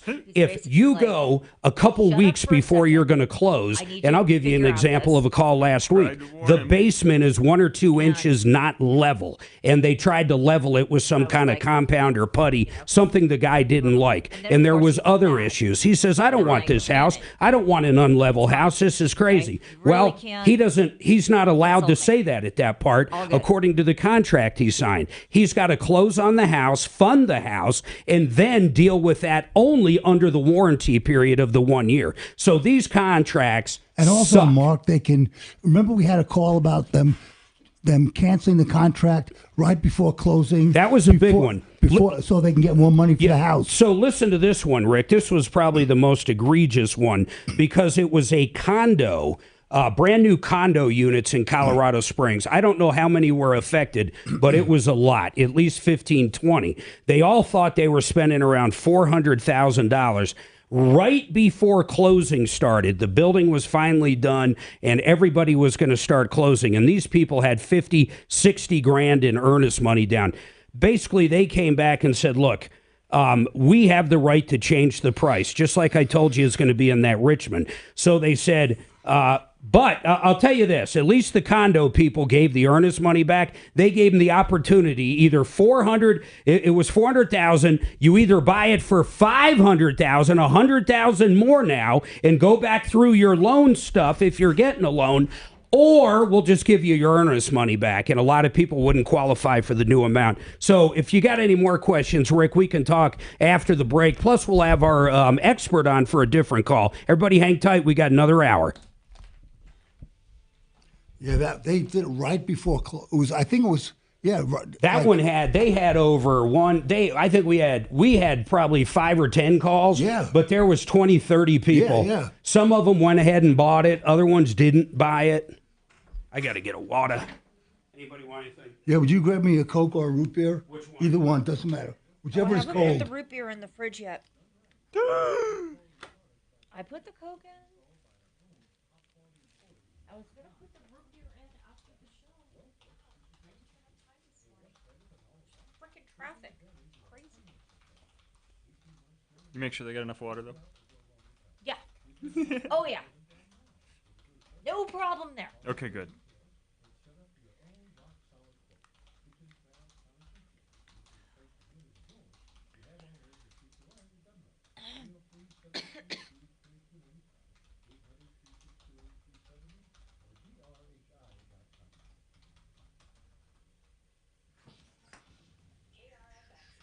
Thank you, boss. I can't believe you drink that shit. You know it's a carcinogen in, did you know that is literally a carcinogen in Europe now? It's got to be labeled on the product. Anything with that, whatever that sweetener is. Aspartame?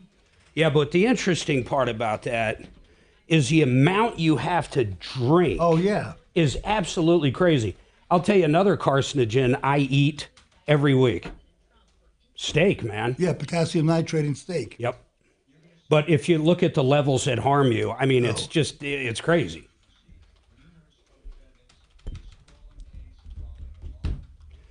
Pivotal grand jury meeting. We're going to go after Trump one more time. This Sunday, we're going after Trump. I hope, you know what? I don't care what Republican runs. I'll vote for him. But my God, I kind of hope in a way he does get it because it's going to be the most fucking entertaining 4 years ever. Of watching CNN. It's just going to be insane, man. We're going to see ex-presidents going to jail. We're going to see other ones get pardoned. These fucking two parties are fucking just maniacs. I can't wait for his, I was what do you call it? discussion with my son The shot yesterday. they give you. you Think Biden is when going you get to arrested? have, if he gets the nomination, Do you think he's going to keep? That's going to be Kamala on T-shirts. his ticket or I get a will new be the vice first president? line I think up he'd and be have like, to. Oh my God, they'd never let him take Kamala off. Oh yeah. That would be unbelievable. Really? Yeah. Oh my God. What do you think when I talk about like that? Let me put my headphones on. When I talk about that woman in a stupid way, like she's stupid, I mean. Kamala? Yeah, no, not Kamala. The woman that's got like 17 kids and 4 husbands. Oh, Nadine. Nadine. I mean, it's like, and it pisses her off, so she hangs up. But it's like, I don't think anybody's ever told her, you know, these are your decisions Life too. choices. Yep. Do you find it mean? Maybe on this type of a public platform, because none of her friends the are truth saying is it the to truth, her. Mark. Yeah. So it's its own defense. But sometimes people need to be told the truth on this massive public platform before they actually hear it. Correct. So you're saying I was friendly and nice, like Casper the Ghost? Of course. Thank you. I'm just happy, and I told Dragon this, that I'm surprised that the BLM people haven't objected to Casper being white. What is that? Black Lives Matter people. Objected to what? The Casper being white. The Casper Is being... Casper relevant right now? Oh, Casper the Ghost. Casper being white.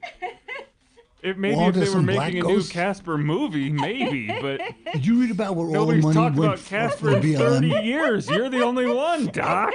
Well, I did say Casper.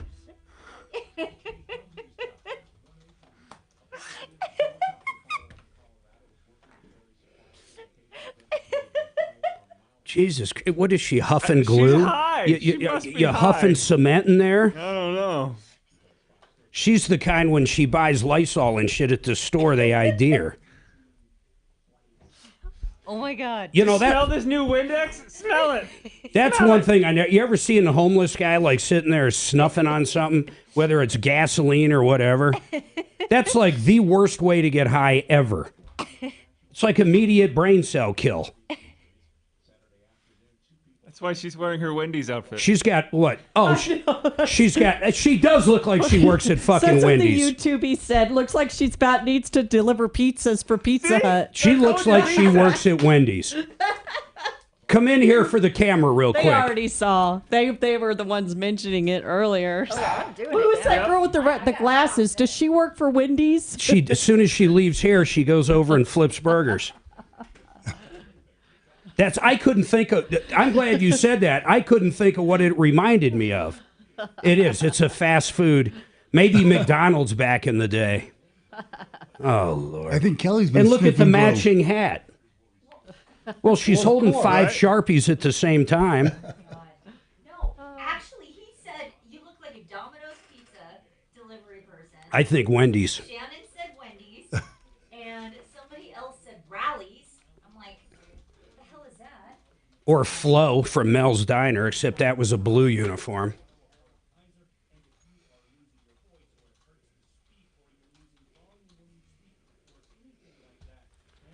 Oh, Lordy, Lordy. It's a very cute dress. It's not. And I'm getting so much shit for Oh, this. come What are they going to do? Oh, yeah. Biden cannot be reelected. Hey, what time are we getting O'Brien on? 1:30 is when he's available. Okay. Oh God. See if we can get... no, I'm not going to use them. Okay. Man, MH, thank you.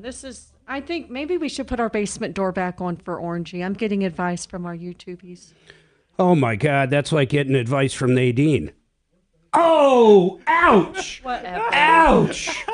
Oh, ouch! Love advice, yeah. Oh, my God. It's true. Maybe we need to put our basement door back on. But then Why? what if that pisses off the other cat? That's the problem I'm having with that.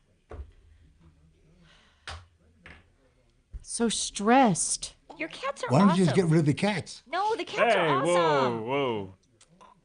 That's what One we're might trying be. to. That's We what I might would be. I'm surrendering one. We don't want to do that. Thank you, Sherry.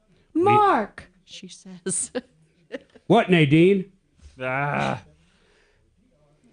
I'm just so bummed. Sherry should change her handle to Sherry But Space Nadine. MHOA seems to 10 have no seconds. cats.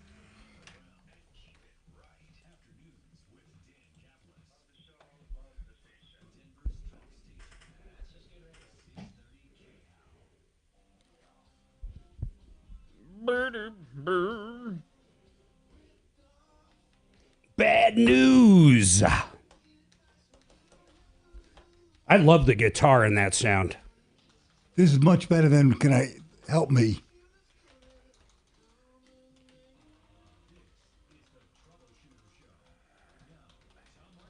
Welcome to the show, the only show of its kind. We're here to solve problems, answer questions, take complaints, make your life, and I mean this, your life just a little bit better. You've been ripped off.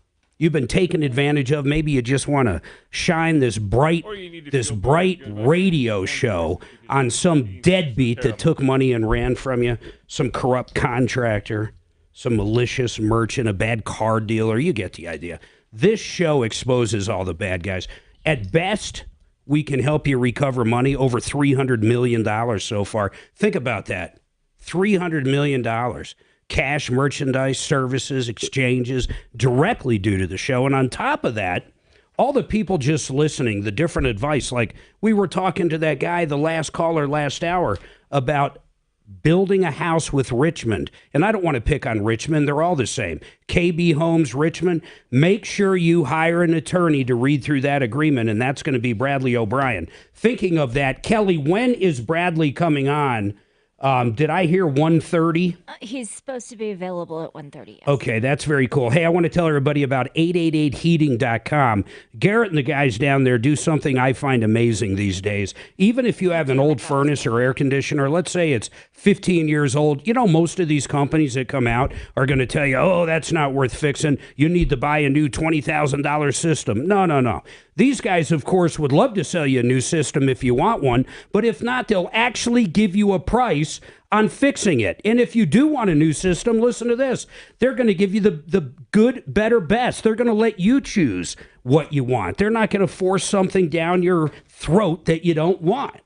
888heating.com. They've been around a long, long time. They're also on our referral list now. 303-713-8255. Two lines open. It's a great time to get through with any questions. Howard and Thomas, hang tight because I'm getting a landlord attorney up, but I might go to you first. But let me go to Howard here. Howard, you actually emailed us and you sent me some pictures of your floor. Why don't you tell everybody what happened? You bought a refrigerator. Where'd you buy it? What happened? Yeah, so the refrigerator is a Frigidaire. Bought it several years ago. Several years after I bought it, the manufacturer agrees that there was a defect in that model and year, and there was an ice buildup on the back of the refrigerator. Yep. It's there today. So it slowly but surely melted on my wood floor. Why did it melt? Why did it melt? The ice, just there was so much of it, it eventually started melting? Or did you have why did it start melting? Exactly what you said. It just eventually started melting. Okay. Maybe got a little warmer in the house, whatever. But so I contacted them, and they said, we know that was a defective refrigerator. So I said, okay, I'm going to send you 3 estimates from 3 quality companies. Did they ever fix the refrigerator problem? No. So the argument stems from this. They agree that the refrigerator was defective. All 3 estimates I got said we can't do a patch job. We have to finish the entire floor to get it to match. Yeah, and I'm in the same boat. I want to explain to people, on a lot of hardwood, depending on what you have, if part of it's damaged, and it doesn't matter how it's damaged, you can't just go out and find hardwood that got installed 20 years ago that's going to look the same. So there's 2 different ways to fix it. Either you replace the entire floor, Or what you can do is replace it with something that is the exact same size, same kind of wood, and then you basically sand or screen the entire section and then restain it. So what were the estimates you got? Yeah, so like you said, all three contractors said, in fact, one of them said, I won't do the job if I can't finish the entire floor. That is, sand and finish it, just so it blends into the spot. Now, one thing I didn't tell you is I got two identical refrigerators, and the one that leaked is in my kitchen nook area. It's a temporary place for it. It didn't leak underneath the area in my kitchen that's designed to have a refrigerator. So how much were these estimates, though? Anywhere from $6,200 to $7,500. So Frigidaire's saying, look, I don't care what these contractors are saying about having to finish the entire floor. We're only going to pay for a small amount for the spot finish. And I said, every one of the contractors have in writing that they don't want to do that I'm going to be unhappy as the customer. And they're like, yeah, we just don't care about that. That's all we're going to pay for. When they admitted that this thing has a defect, how did they do that? I mean, is there any kind of recall or any kind of notice you ever had? I mean, what I'm trying to figure out is, did they actually admit it was a defect? Not that yours had a problem, but like all of them did. Because I'm curious why the identical one didn't leak, Howard. Yeah, so both of them have ice behind them, but one of them is closer to a doorway where the sun comes in. So that's the answer to your question there. And second off, I had one of their service people come out. By the way, I had to spend $100 for him to come out and just take pictures. And he said, I can't help you. It's a defective unit. They know it. They know that it's a problem. And at one time, they sent out a drip catch. Can we get, Howard, I'm sorry to interrupt, but Kelly, can we get Big Bear on? I want to talk to him. And I want to point something else out, Howard, real quick. The reason I was going back to, is this actually an admitted defect? Because if is that what they admit? I mean, they're actually going to say that. Is there anything in writing about that? Well, their serviceman came out and he said, look, I've seen hundreds of these refrigerators. It's the year and the model, and about 5 or 6 years after they're installed. Yeah, that could be. There's a buildup. I got There's a buildup behind it, and Frigidaire has changed the design to where that doesn't happen anymore. But they know that they made a defective refrigerator, so they're not arguing about How many that. years old is it? It's 9 years old. So you're going to have to get past its way out of warranty too. Well, they don't care. I don't care about the warranty. How much I know you don't care about the warranty going forward, but it doesn't have any now. I just want you to think of a few things. One, look at the placement of that. Do we have that picture here? That picture you sent me, it's literally where the refrigerator sits, correct? Yeah,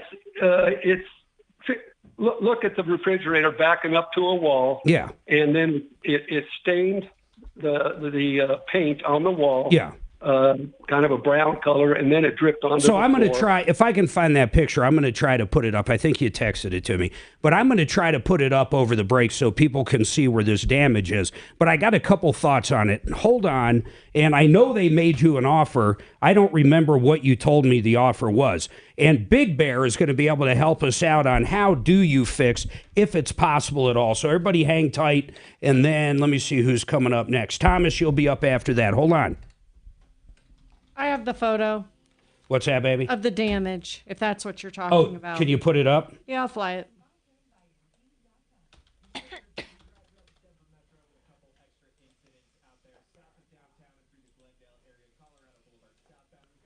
Sheridan Harris. Hi, Robert. It's Kelly over at the Tom Martino Troubleshooter Show. How are you today? Oh, my God. Domino's Pizza. Michael Brown said I look like I was flying for TWA. Yeah, I've kind of had a day with the outfit. Anyway, we have a gentleman on who's got some flooring issues, and Mark wanted to bring you on as an expert to talk about them. So are you available right now? Please hold a moment. Okay, perfect. Hang on for me.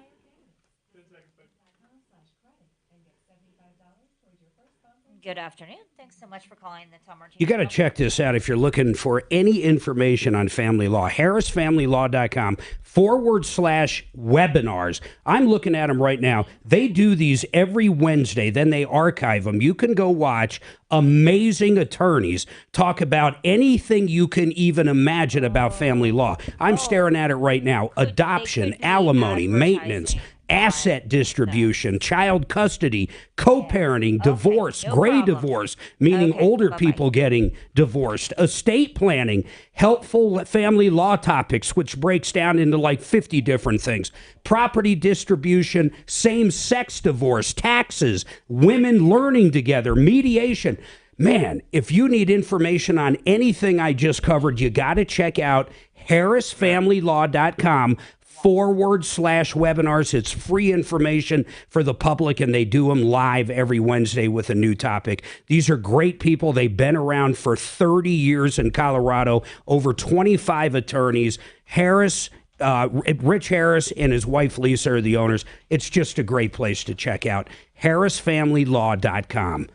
Let's talk about... Well, I'll be honest, I forgot who I got to talk about, so I'm going to look now. Sheridan Auto Tech. They're easy to talk about because I use Uncle Kevin myself. In fact, he was in studio last Friday. If you have a car, I don't care if it's a Honda or a Chevy or a Kia or a Hyundai or a Toyota or anything you can imagine out there, he works on them. He can maintain it, do all the oil changes, the flushes, anything else. And on top of that, he can fix it with a better warranty than even the dealerships have. 3-year, 36,000-mile warranty. 3-year, 36,000-mile nationwide warranty. I love the guys over there. Check them out at SheridanAutotech.com. That's SheridanAutotech.com. Now let's go to Paragon Services. Matt's on our referral list, and here's what I love about him. Well, he got me $70,000. My homeowner said I had no hail damage. I got Matt involved. He's a public adjuster. 70,000 smackers later. Got a check. 70 grand. Of course, got the roof done, everything else.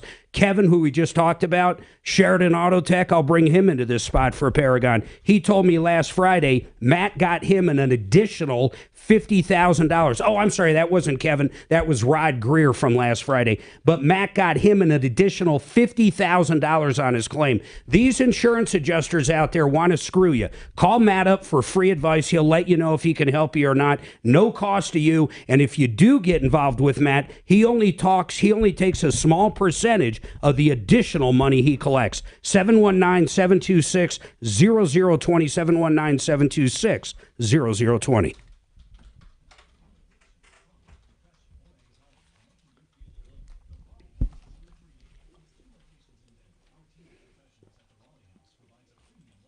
Did you put up that picture? I wanted to see it too. I was kind of waiting to talk about put it up now so I can see it.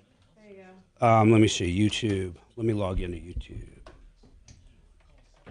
YouTubies are getting real with my ass over this cat. I am not liking what they have to say. Oh, no. Let's see here. All right, look at this picture coming up in a minute, guys. But Suzanne, the cat is so cute. Which one? The orangey. He's sweet. Yeah, he is. He is so sweet. Can you send that to Big Bear? I can email that to Big Bear. Hey, Big Bear, I think you watch on YouTube as well. We're sending you a picture of it, too, so we don't have to keep it up on YouTube the whole time. Kelly, would you tell him that? That's the floor. Oh. That's the wall. Oh, right. It's like picture a cubby. Through YouTube. Email. We're emailing it. Yep, that's the damage. Oh, he saw it. I don't need to email it then. So here's my question. If you put a new refrigerator in, well, that'll be good. All right, hang on for me. He got it. He got it. Oh, cool. Okay. Yay. That's where I'm going with it, though, Doc. I want to get, but I want truly a real opinion on it. But if the refrigerator's going to cover it, what difference does it make? Freezing in here. First of all, whoever I just tuned in here, whoever's talking about Fancy Feast, let me say something. Mark won't allow that. We will not allow wet cat food in that fucking house, period, end of story. I already spent a fortune on the fucking science diet bullshit, but there is no way we're getting wet fucking cat food.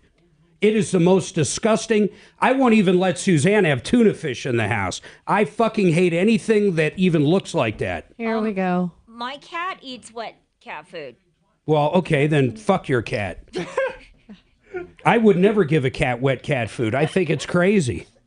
God bless. She actually has both.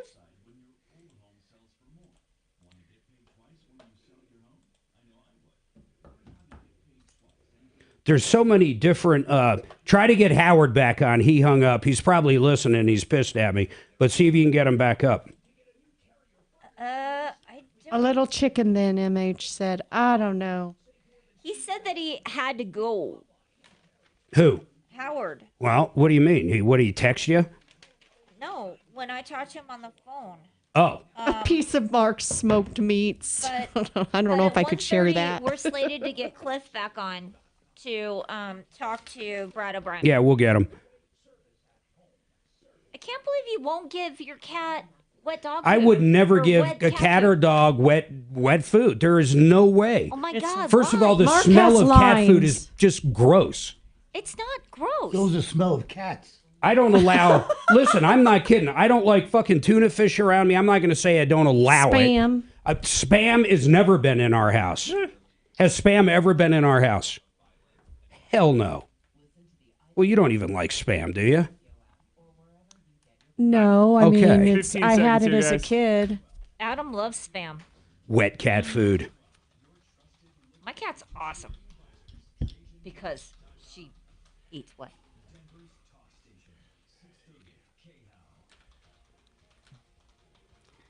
All right, 303-713-8255. We do have some lines open. 303 Martino, 303-713-8255. Great time to get through any questions you have. Now, I do want to go to our expert, Big Bear, and his name is actually Robert. I call him Big Bear. He owns Big Bear Flooring. Robert actually came out and gave us an estimate, and we're going to end up doing something fairly soon with him. So, Robert, here's what I want to ask you. This situation is a little different because it's a 9-year-old refrigerator, and Howard had to go. I know Howard. I'll talk to him afterwards, just anyhow. But it's a $900 or a 9-year-old refrigerator. The warranty's gone, so I do not think they owe him a new floor. But that is my opinion. There's going to be an argument possibly made from somebody out there that maybe they do. If you saw the damage, and I want everybody to picture this, if you have a cubby your refrigerator slides into, maybe you have a corner and then counters that go up next to it, or you have countertops and then the refrigerator pushes in back up against the wall. Just like most houses, that's how Howard's is. If you pull the refrigerator out, and if you go to our YouTube and type in Troubleshooter Network, you can see the actual damage Howard has. You can see that some of the water from the ice melting over time has stained the drywall and also destroyed part of the flooring. It's discolored it for sure, and it's hardwood flooring. Howard is saying they need to recover the entire floor, and all the estimates he's getting are around $6,200, and the company Frigidaire is saying, no, we're going to go ahead and give you $1,300 and you can fix just that area. So Robert, tell me, first of all, is it even possible just to fix that area from that picture you saw? Oh, from the picture, absolutely. Okay, so they could come in, or somebody could, you could for that matter. So I'm going to tell Howard that too. You could come in there, put new boards down, and then what do you do from there? Well, I don't think, well, looking at the picture, and again, it's a photograph, if I'm assuming they checked the moisture content of the wood surrounding that area to see how far it leached out from the wall. Generally, in a situation like that, we tell the client they'd have to wait at least 6 months for that floor to completely settle out and see what it's going to relax to, and then we would come in. I don't think from looking at it that it pulled cleats or anything. You could go in and hand buff that out. That dark area will dry out. You'll hand buff it out and then recoat just that area. It will not match exact to begin with, but after about 3 months, it would probably flash out. What does that mean, flash out? Where it would become invisible for the most part, because new finish is not going to match old finish.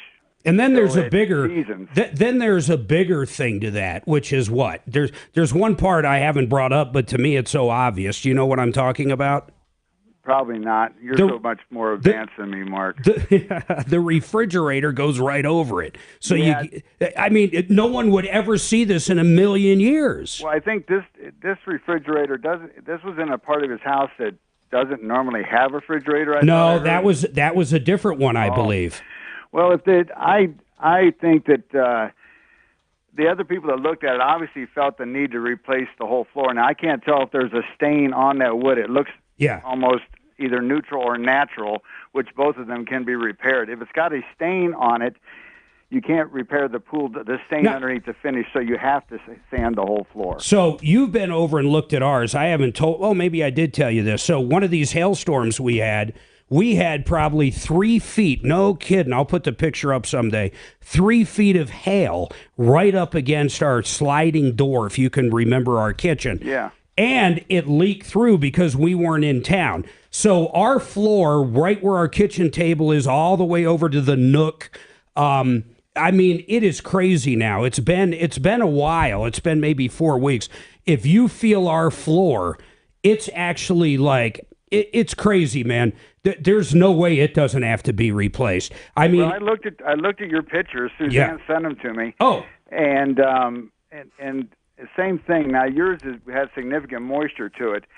Well, you can actually feel it right now. It's been dry for over a month. When you feel it right now, it's like it dips down into the middle. I mean, it's a massive dip from the edges up. If you sanded it down, you'd be sanding into nothing. Well, in your situation, and I was listening to you speak on that. You know, wood is wood. You can go in and patch that. Yours has got, it's a red oak. We can go in and patch that. You wouldn't have to rip your whole floor out, I don't believe. Again, I have to get down and look at it. I just went by photograph. Well, and that's why actually seen it. But Robert, that's why I wanted to bring this up. So I talked to Matt at Paragon because that's who I use if I'm going to have an insurance claim. We happen to have, this would actually be considered flood, and we happen to have flood insurance.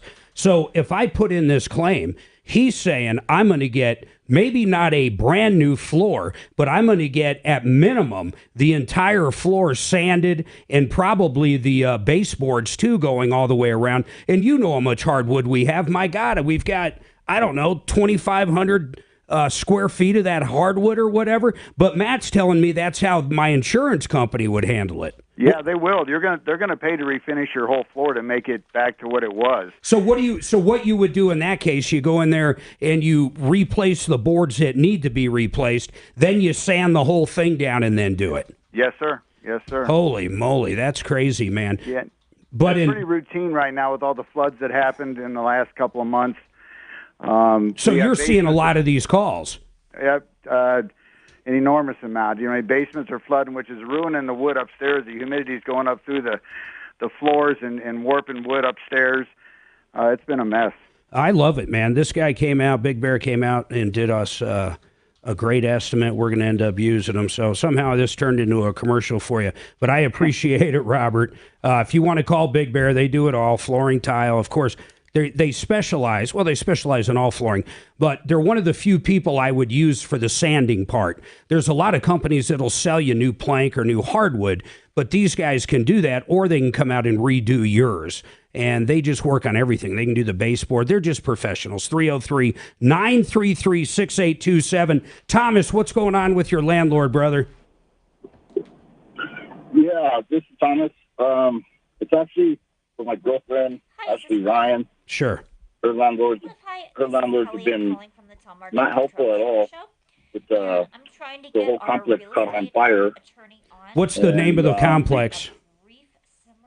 Well, it's just a six apartment building. Okay, so she rents. Okay, hold on. She doesn't own the unit. She rents from somebody. It's a sixplex, right? Yeah, so these people got multiple properties. Yeah, but I'm talking just the one that she's in right now. What caused the fire? Well, it's under investigation, so I guess it would be arson. So was the entire place empty now? The whole place is evacuated, yeah. Okay, so did they put her up in another property? Are they paying for a hotel? Where does it stand right now? Nothing. No help at all from these people. Everything to make everything difficult is what they've been doing. All right, hold on. We're going to talk about this. In fact, Bradley O'Brien might be able to chime in on this.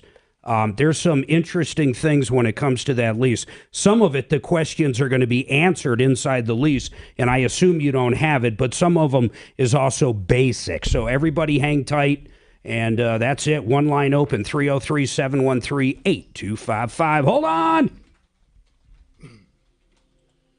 Let's try O'Brien again, please. He said 1:30. He'd be available at 1:30. Well, it's a minute past this time. He's late. Ken. Who do I got? Dang it, dang it, dang it. Fuller and Become. Then you have 3 house spots left. Fuller. You know what I never did in my practice, Suze? Delivered a baby. I never put a patient in a room and let him wait in a gown for 15 minutes. That's pretty good. It was less than 15 minutes. No, it was usually less than 5 minutes. My girls are so good at organizing the patients. That's awesome. And the only time that we ever kept them waiting is if I got called in the middle of office hours to do delivery. And then they would call up all the people that were going to come in and saying, Dr. Manfred's going to be late. Do you want to Got wait? 96 people. And they really appreciate it. All right, hold on, Doc. Hi, Brad. It's Kelly over at the Martino Show. So we've got a couple issues. One is a problem with a landlord and an apartment, and then the second these is big law firms out there, you know what I'm talking about. You see them on the side of the light rails. You see them everywhere. These big firms take on hundreds of cases, and they pick through the cream of the crop, if you will. You know, John Fuller, the attorney I personally use. In fact, we've used him multiple times for personal injury. He takes a few cases by choice so he can deal directly with you, devote all of his personal attention to you and your case. You're going to love this guy. You need to call John Fuller if you've been injured in an accident. He's also like the quarterback, and I learned this personally when Suzanne and I got T-boned and every airbag went off and she had a broken nose, and we finally get back from the emergency room and everything calms down. First call I made was to John Fuller. He's going to tell you what not to say, who not to talk to. He's going to tell you who to talk to. He's going to do all the communication, of course, with the other insurance or the at-fault party. But, man, he just brings you through the entire case to maximize your case. And both times that we used him, we got policy limits of the at-fault driver. We got every nickel that insurance policy had out, and I know these big firms wouldn't have done that. They would have settled for a lot less. Not John Fuller. My Accident Lawyer can be your accident lawyer at myaccidentlawyer.co. That's myaccidentlawyer.co, or put his phone number right in your phone right now. 303-597-4500. John Fuller, 303-597-4500.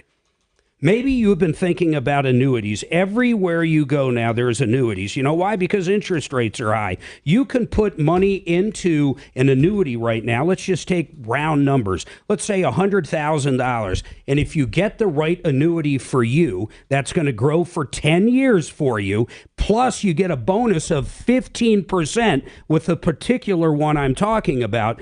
If you turn on that cash flow, or once you turn the cash flow on in an annuity, it stops growing, but then you're guaranteed a paycheck for a certain amount every single month till the day you die. That could be as much as $4,000 or $5,000 a month until the day you die. That's just that money sitting there for 10 years. If you're young and you're in your 40s and get one, and that grows over the next 20, 25 years, holy moly. But these guys can run the actuarials for you, the real numbers. I love the guys that become the banker. Do me a favor, go check them out at this website. There's a great video where Tom talks to them about annuities. MyMoneyMyWay.com, MyMoneyMyWay.com, MyMoneyMyWay.com. Got a couple more left. You want to get them going? Yeah. Frank Duran. I did Ideal. Oh, no, I didn't. I see Frank Duran, 888, and Ideal. I'll do 888. Okay. You're running out of breaks, so Or you know what I mean? Yeah. I'm running out of time. I'm out of breaks. I got one break. Hey, Mark. Brad O'Brien basically said he's probably not going to be able to comment on Club Valencia. Oh. What? He's not going to be able... Brad says he can't comment on Valencia, the fire one. Oh, is he representing or something? That's... Is he on? But you have the other one. Is he on? He's on for the other one as well. Correct. Hey, Brad, are you representing them or something? Brad? No, that's right. We're not on the air right now. We're still in break. You can't talk about Valencia at all. Every day, you breathe in thousands of microscopic germs, allergens. Okay. I got you 100%. Okay, I get you. Hold on. How can I help you?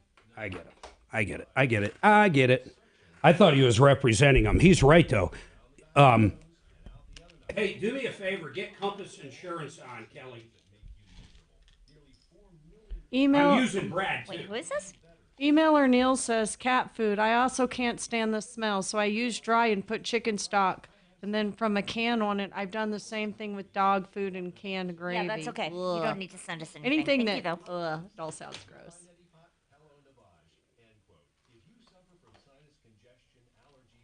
We're just dry dog food, cat food kind of people, Neil. Unless you're going to the Chinese restaurant. I'm surprised you haven't said that Did you yet. ever think when you eat Chinese, it ain't pork or chicken but a fat Siamese, but the food tastes great, so you don't complain, but that's not chicken in your chicken chow mein.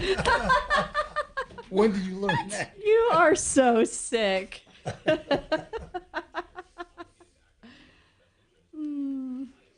You think it's sweet and sour pork, but Garfield's on your pork. He's purring there on your fork. Oh my God, you're terrible. And the Dragon cat's, missed it. Do you want to sing it again? and the cat's in the kettle at the Peking Moon, the place that I eat every day at noon.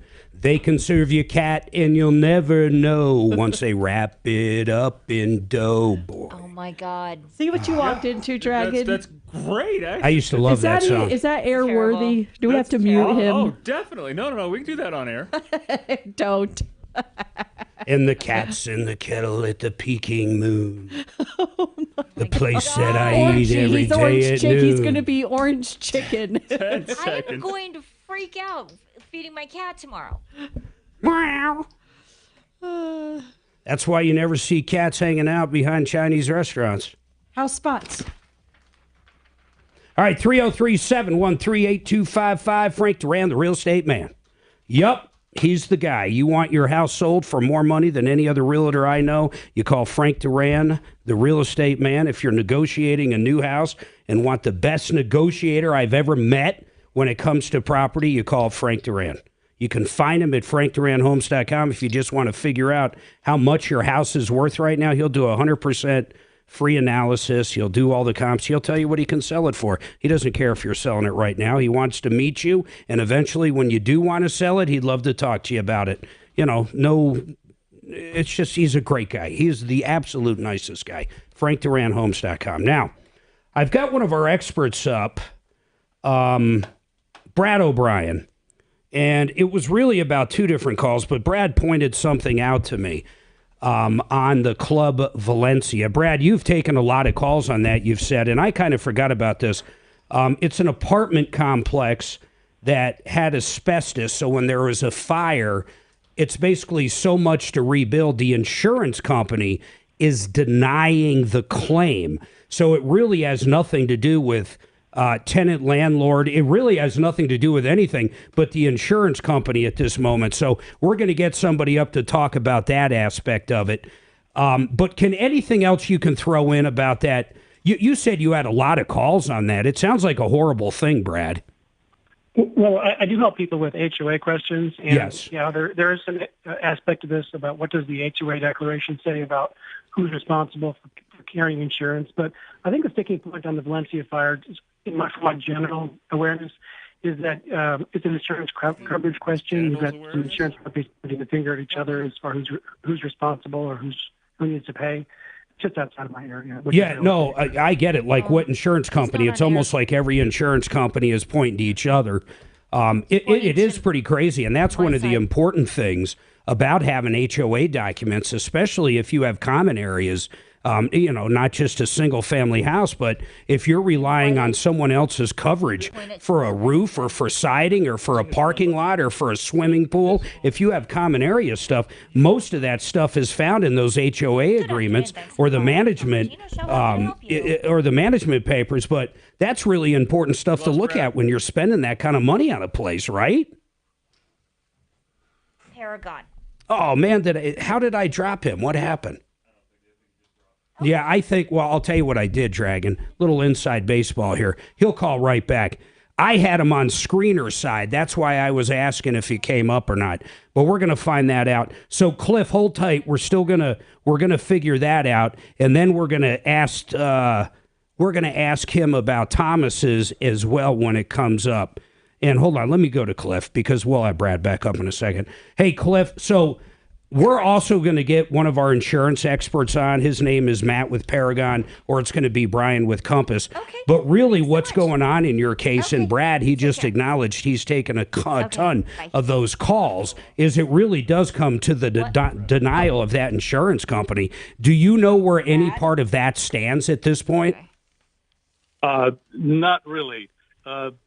Finger pointing. There's a lot, this company's suing this company, this counter-suing, and that's been going on for a long time.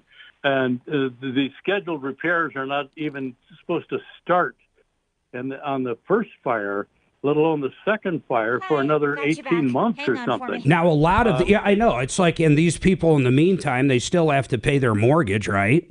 Yes, exactly. My daughter's paying her mortgage, and in her case, the insurance company is putting her up in another hotel facility. Right. But, that's only temporary. And I know. I just understand that the hotel is trying to get those people out because... All right, good to know. I get you, but hold on. So, hey, Brad, I'm sorry, I got you back up. He just brought up another good thing. But what I was asking you is, this is going to be an insurance deal. They got to figure out who's doing it. But, Brad, just say in a situation like this, worst scenario, the insurance company's denial sticks, attorneys get involved, and nothing gets done. In other words, there is no insurance. I mean, really, that's it. These people own a piece of property that, I mean, really, there's no value at all to it anymore, right? Well, I think there is ultimately insurance, and I think ultimately it probably will head to court. Okay. But you think ultimately someone's going to end up paying, just from the little you know about it? I think so. Okay. And then it's important to get an attorney to look over HOA docs. Hey, Cliff, do you have any other questions for our attorney when it comes to Club Valencia? And he did mention something. This is why it's so important to have a good homeowner's policy, by the way, or a good renter's policy if someone was renting in there. These people still have to pay their mortgage. And if they do have insurance, most of these policies will pay for a hotel or for another place while this is getting done. But that's generally only for a certain period of time, but that's more for the insurance expert. But Cliff, do you got any questions for Brad? I was just going to ask him, is there some way that they could get back into their units at this particular time? Because this has been a long time. We've gotten that question. I'll let Brad give you an answer, but my understanding is there's asbestos. It hasn't been remediated yet, and the bottom line is it's dangerous, and someone could really screw themselves up going in there. Brad, do you know any part of that? I think normally the fire department doesn't let people in, and even then, when they give the okay, then the owner or the management company may not let people in because of liability reasons. Yeah, big time. Think about it. If there's asbestos or mold or even, I don't even know. I mean, I can't imagine how bad that place is by now. But anyhow, that's about it, Cliff. So if you would do us a favor and kind of keep us in the loop on what's going on over there. And if we get any other calls, I'm going to have Kelly get your name and number. If we get information, we'll share it with you, all right? I'm appreciative. Thank you very much. Yeah, hold on. Let me get all that information from Kelly. Now, Brad, this one's a little different. This one, there was a fire. His name is Thomas. They're renters, so I want to bring you up. Thomas, you actually rent, correct? I just want to make sure your best phone number is His girlfriend rents. It's a sixplex. The place had a fire. Okay, no one lives there now. I mean, no one can live there.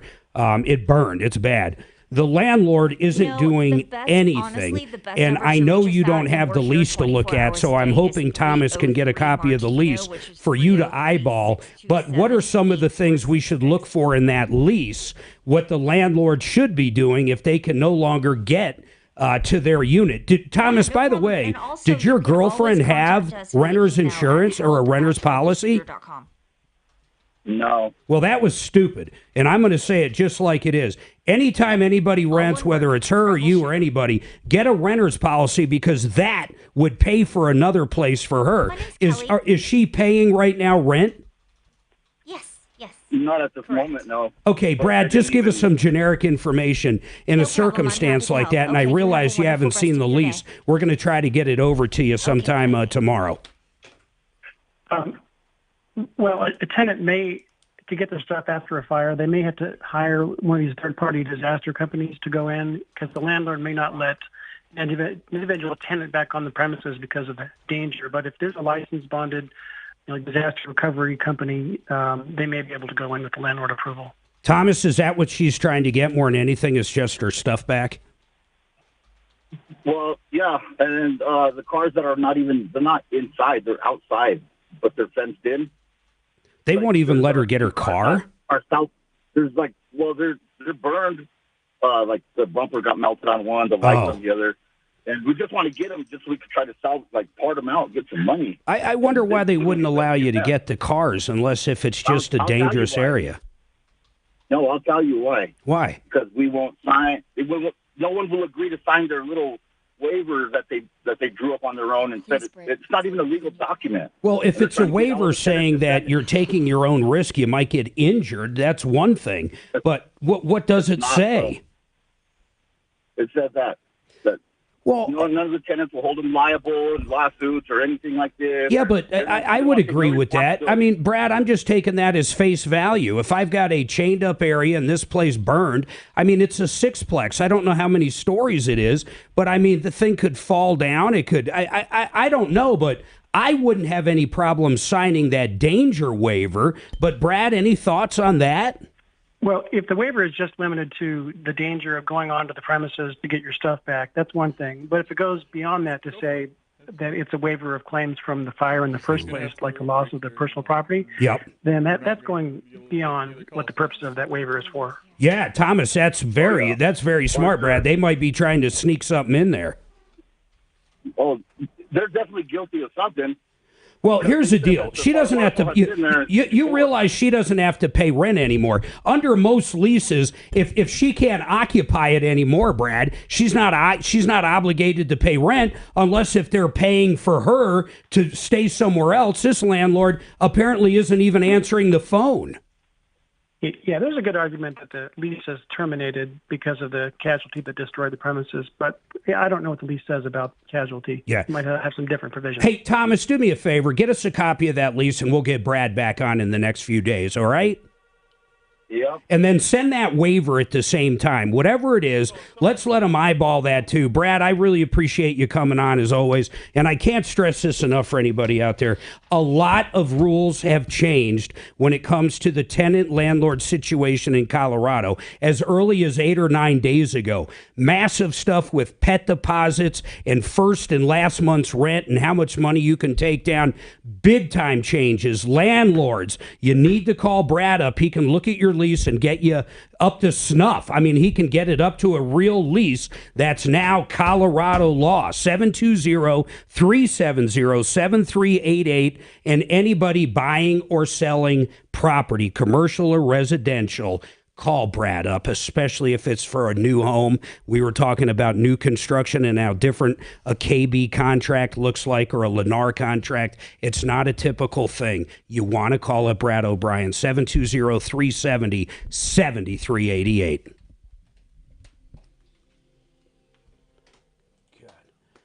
Oh, this is a perfect commercial for here. It's unbelievable. This is unbelievable. God, you would think I just did all that on purpose. I'm surprised you're not taking credit for it. It's incredible. Have Thomas give us his rental agreement or give the rental agreement so Brad can look it over? Woo, we did an hour and 15 minutes of yoga yesterday. Rental agreement. This morning I worked so goddamn hard. It was crazy, man. It was crazy. You feel better? No. What? You feel better for doing it? I feel better for doing it always. Well, I understand. Just the one that you actually signed is the one that we need.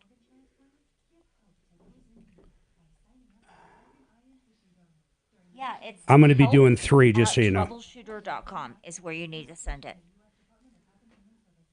I can't believe this spot's up right now. I love the guys at American Restoration. We were just talking about experts that can go in there and get stuff. That's these guys, man. I don't care if it's fire damage, flood, broken pipes, mold in your house. How about a meth lab? Maybe you rented something out and some tenant turned it into a meth lab or just smoked meth there. Asbestos, like we talked about in the one complex on Parker Road. These guys know how to take care of these kinds of things. In fact, they can actually do the professional rebuilding as well. That includes the drywall, the plumbing, the electrical, even the roofing. Write this number down. When you wake up and you step out of bed and you step into water and you all of a sudden notice your house is flooded, you need to know who to call. Same with smoke damage. 833-7-AMREST. Please put that in your phone. This industry, when it comes to restoration, there's more ripoffs than most. In fact, I can actually go out on a limb and say most of them are ripoffs, not American Restoration. Call Rock, 833-7-AMREST, 833-7-AMREST. Take care. Frank Duran, the real estate man, how I love thee. Frank Duran made us so much money. When we sold our house in Castle Rock, he got a bidding war going. And man, did it kick butt. And then when we bought our house out in Franktown, he negotiated with the current owner and his agent, and we got him down close to $100,000 on the purchase. And I'll tell you what Frank did. He actually found out they had another mortgage out of state where they moved, and he started calculating how much the guy was spending on ours and how much it cost him every 6 months in making those mortgage payments, and then we negotiated based upon a year. He kicked butt. He did great. FrankDuranHomes.com. Okay, no problem. You have a wonderful rest of So I kind of screwed up. All right, bye. 888 and ideal. What's that? 888 and ideal. Do you have time for those? I'm just going to I'll do ideal. How did you screw up? I did Frank Duran. I already did him. That's how. Oh, yeah, I checked them off. I know. You already did. As soon as I said Frank Duran, I said, shh. Oh, I missed that. I'm sorry. I said, shh. I blame Kelly. I heard that one person in this building one time was doing, the commercials were playing. Mark, we got to look at MH08's email. Let's see here. And they dropped a big F-bomb right in the middle of a break. It's just hard. I couldn't believe it. Spying a door I couldn't believe it. Yeah, I heard of that guy. He was a big douche. It was crazy. It was a silly mistake. And I believe he had to go straight in and he went straight to the admit his boss, impediments. He didn't waste time either. No. He walked by everybody's office. It meant nothing. He went directly to the beekeeper. Directly to the beekeeper. And got the initial responses. Oh, that's funny. No. Shit happens. So way back when, a million years ago, I was doing a late night computer show on KTLK, and I had a guy in. His name was Mike. What was Mike's last name? Skiing Mike. Ryder. This guy popped in so drunk, it was crazy. And right in the middle of a sentence, he says, fuck. I mean, right out over the air, and our board op was literally not there. Oh, I'm emailing He was you not some there. questions, MH. So soon as he says fuck, he goes, oh, shit. I said fuck. Yes. And I'm just sitting there. Board op pops back in. It is way past any delay. I'm not even sure we might have had a 3-second back then. That's what gives Dragon nightmares. So the guy whose name was on this building, I don't think it is anymore since they sold it, Lee Larson was the man. He was in charge of everything. He was the former Brenda. He called me up the next morning asking me if I wanted to be on his airwaves. 10 seconds. What's the delay on the YouTube? 10 seconds? It all depends. Totally depends. There is no rhyme or reason. It's a couple of seconds at least. It's at least, if not 15 or 20. All right, 303-713-8255. That's pretty bad about those poor guys in that apartment of Valencia. I hope they get that worked out. I can't imagine if I had a mortgage somewhere. I got to pay for somewhere else to go. I got to do everything else. It's crazy. It's absolutely bonkers. By the way, 888heating.com. 888heating.com. These guys will come out, give you an estimate on to fix your AC. They'll give you an estimate on to fix your furnace. And on top of that, if you want to buy a new unit, they'll give you that option as well. But they sell by good, better, best, and I love that. Good, better, best. You can find them at 888heating.com. Suzanne, any updates before we call it a day? Remember Gerald from the beginning of the show? I emailed CenturyLink this morning about his landline. He is resolved. Oh, good. That's awesome. That was a strange one. I think Gerald screwed up his own thing, but they still should have fixed it. They should have fixed it. What happened was, instead of giving his cell phone number that he wanted ported to a new cell phone company, he accidentally, or they looked at the caller ID because he called from his landline and used his landline information. So they ported his landline to the new cell company, and he needed his landline. So we called up our angel over there, and they got it taken care of. Listen, help at troubleshooter.com. I got two coming up on Wednesday. You got two good ones? On Wednesday. Excellent. Stay tuned, folks. All right, help at troubleshooter.com. Don't forget 303 Martino works on and off the air. We'll be right here tomorrow solving problems, answering questions, taking your complaints.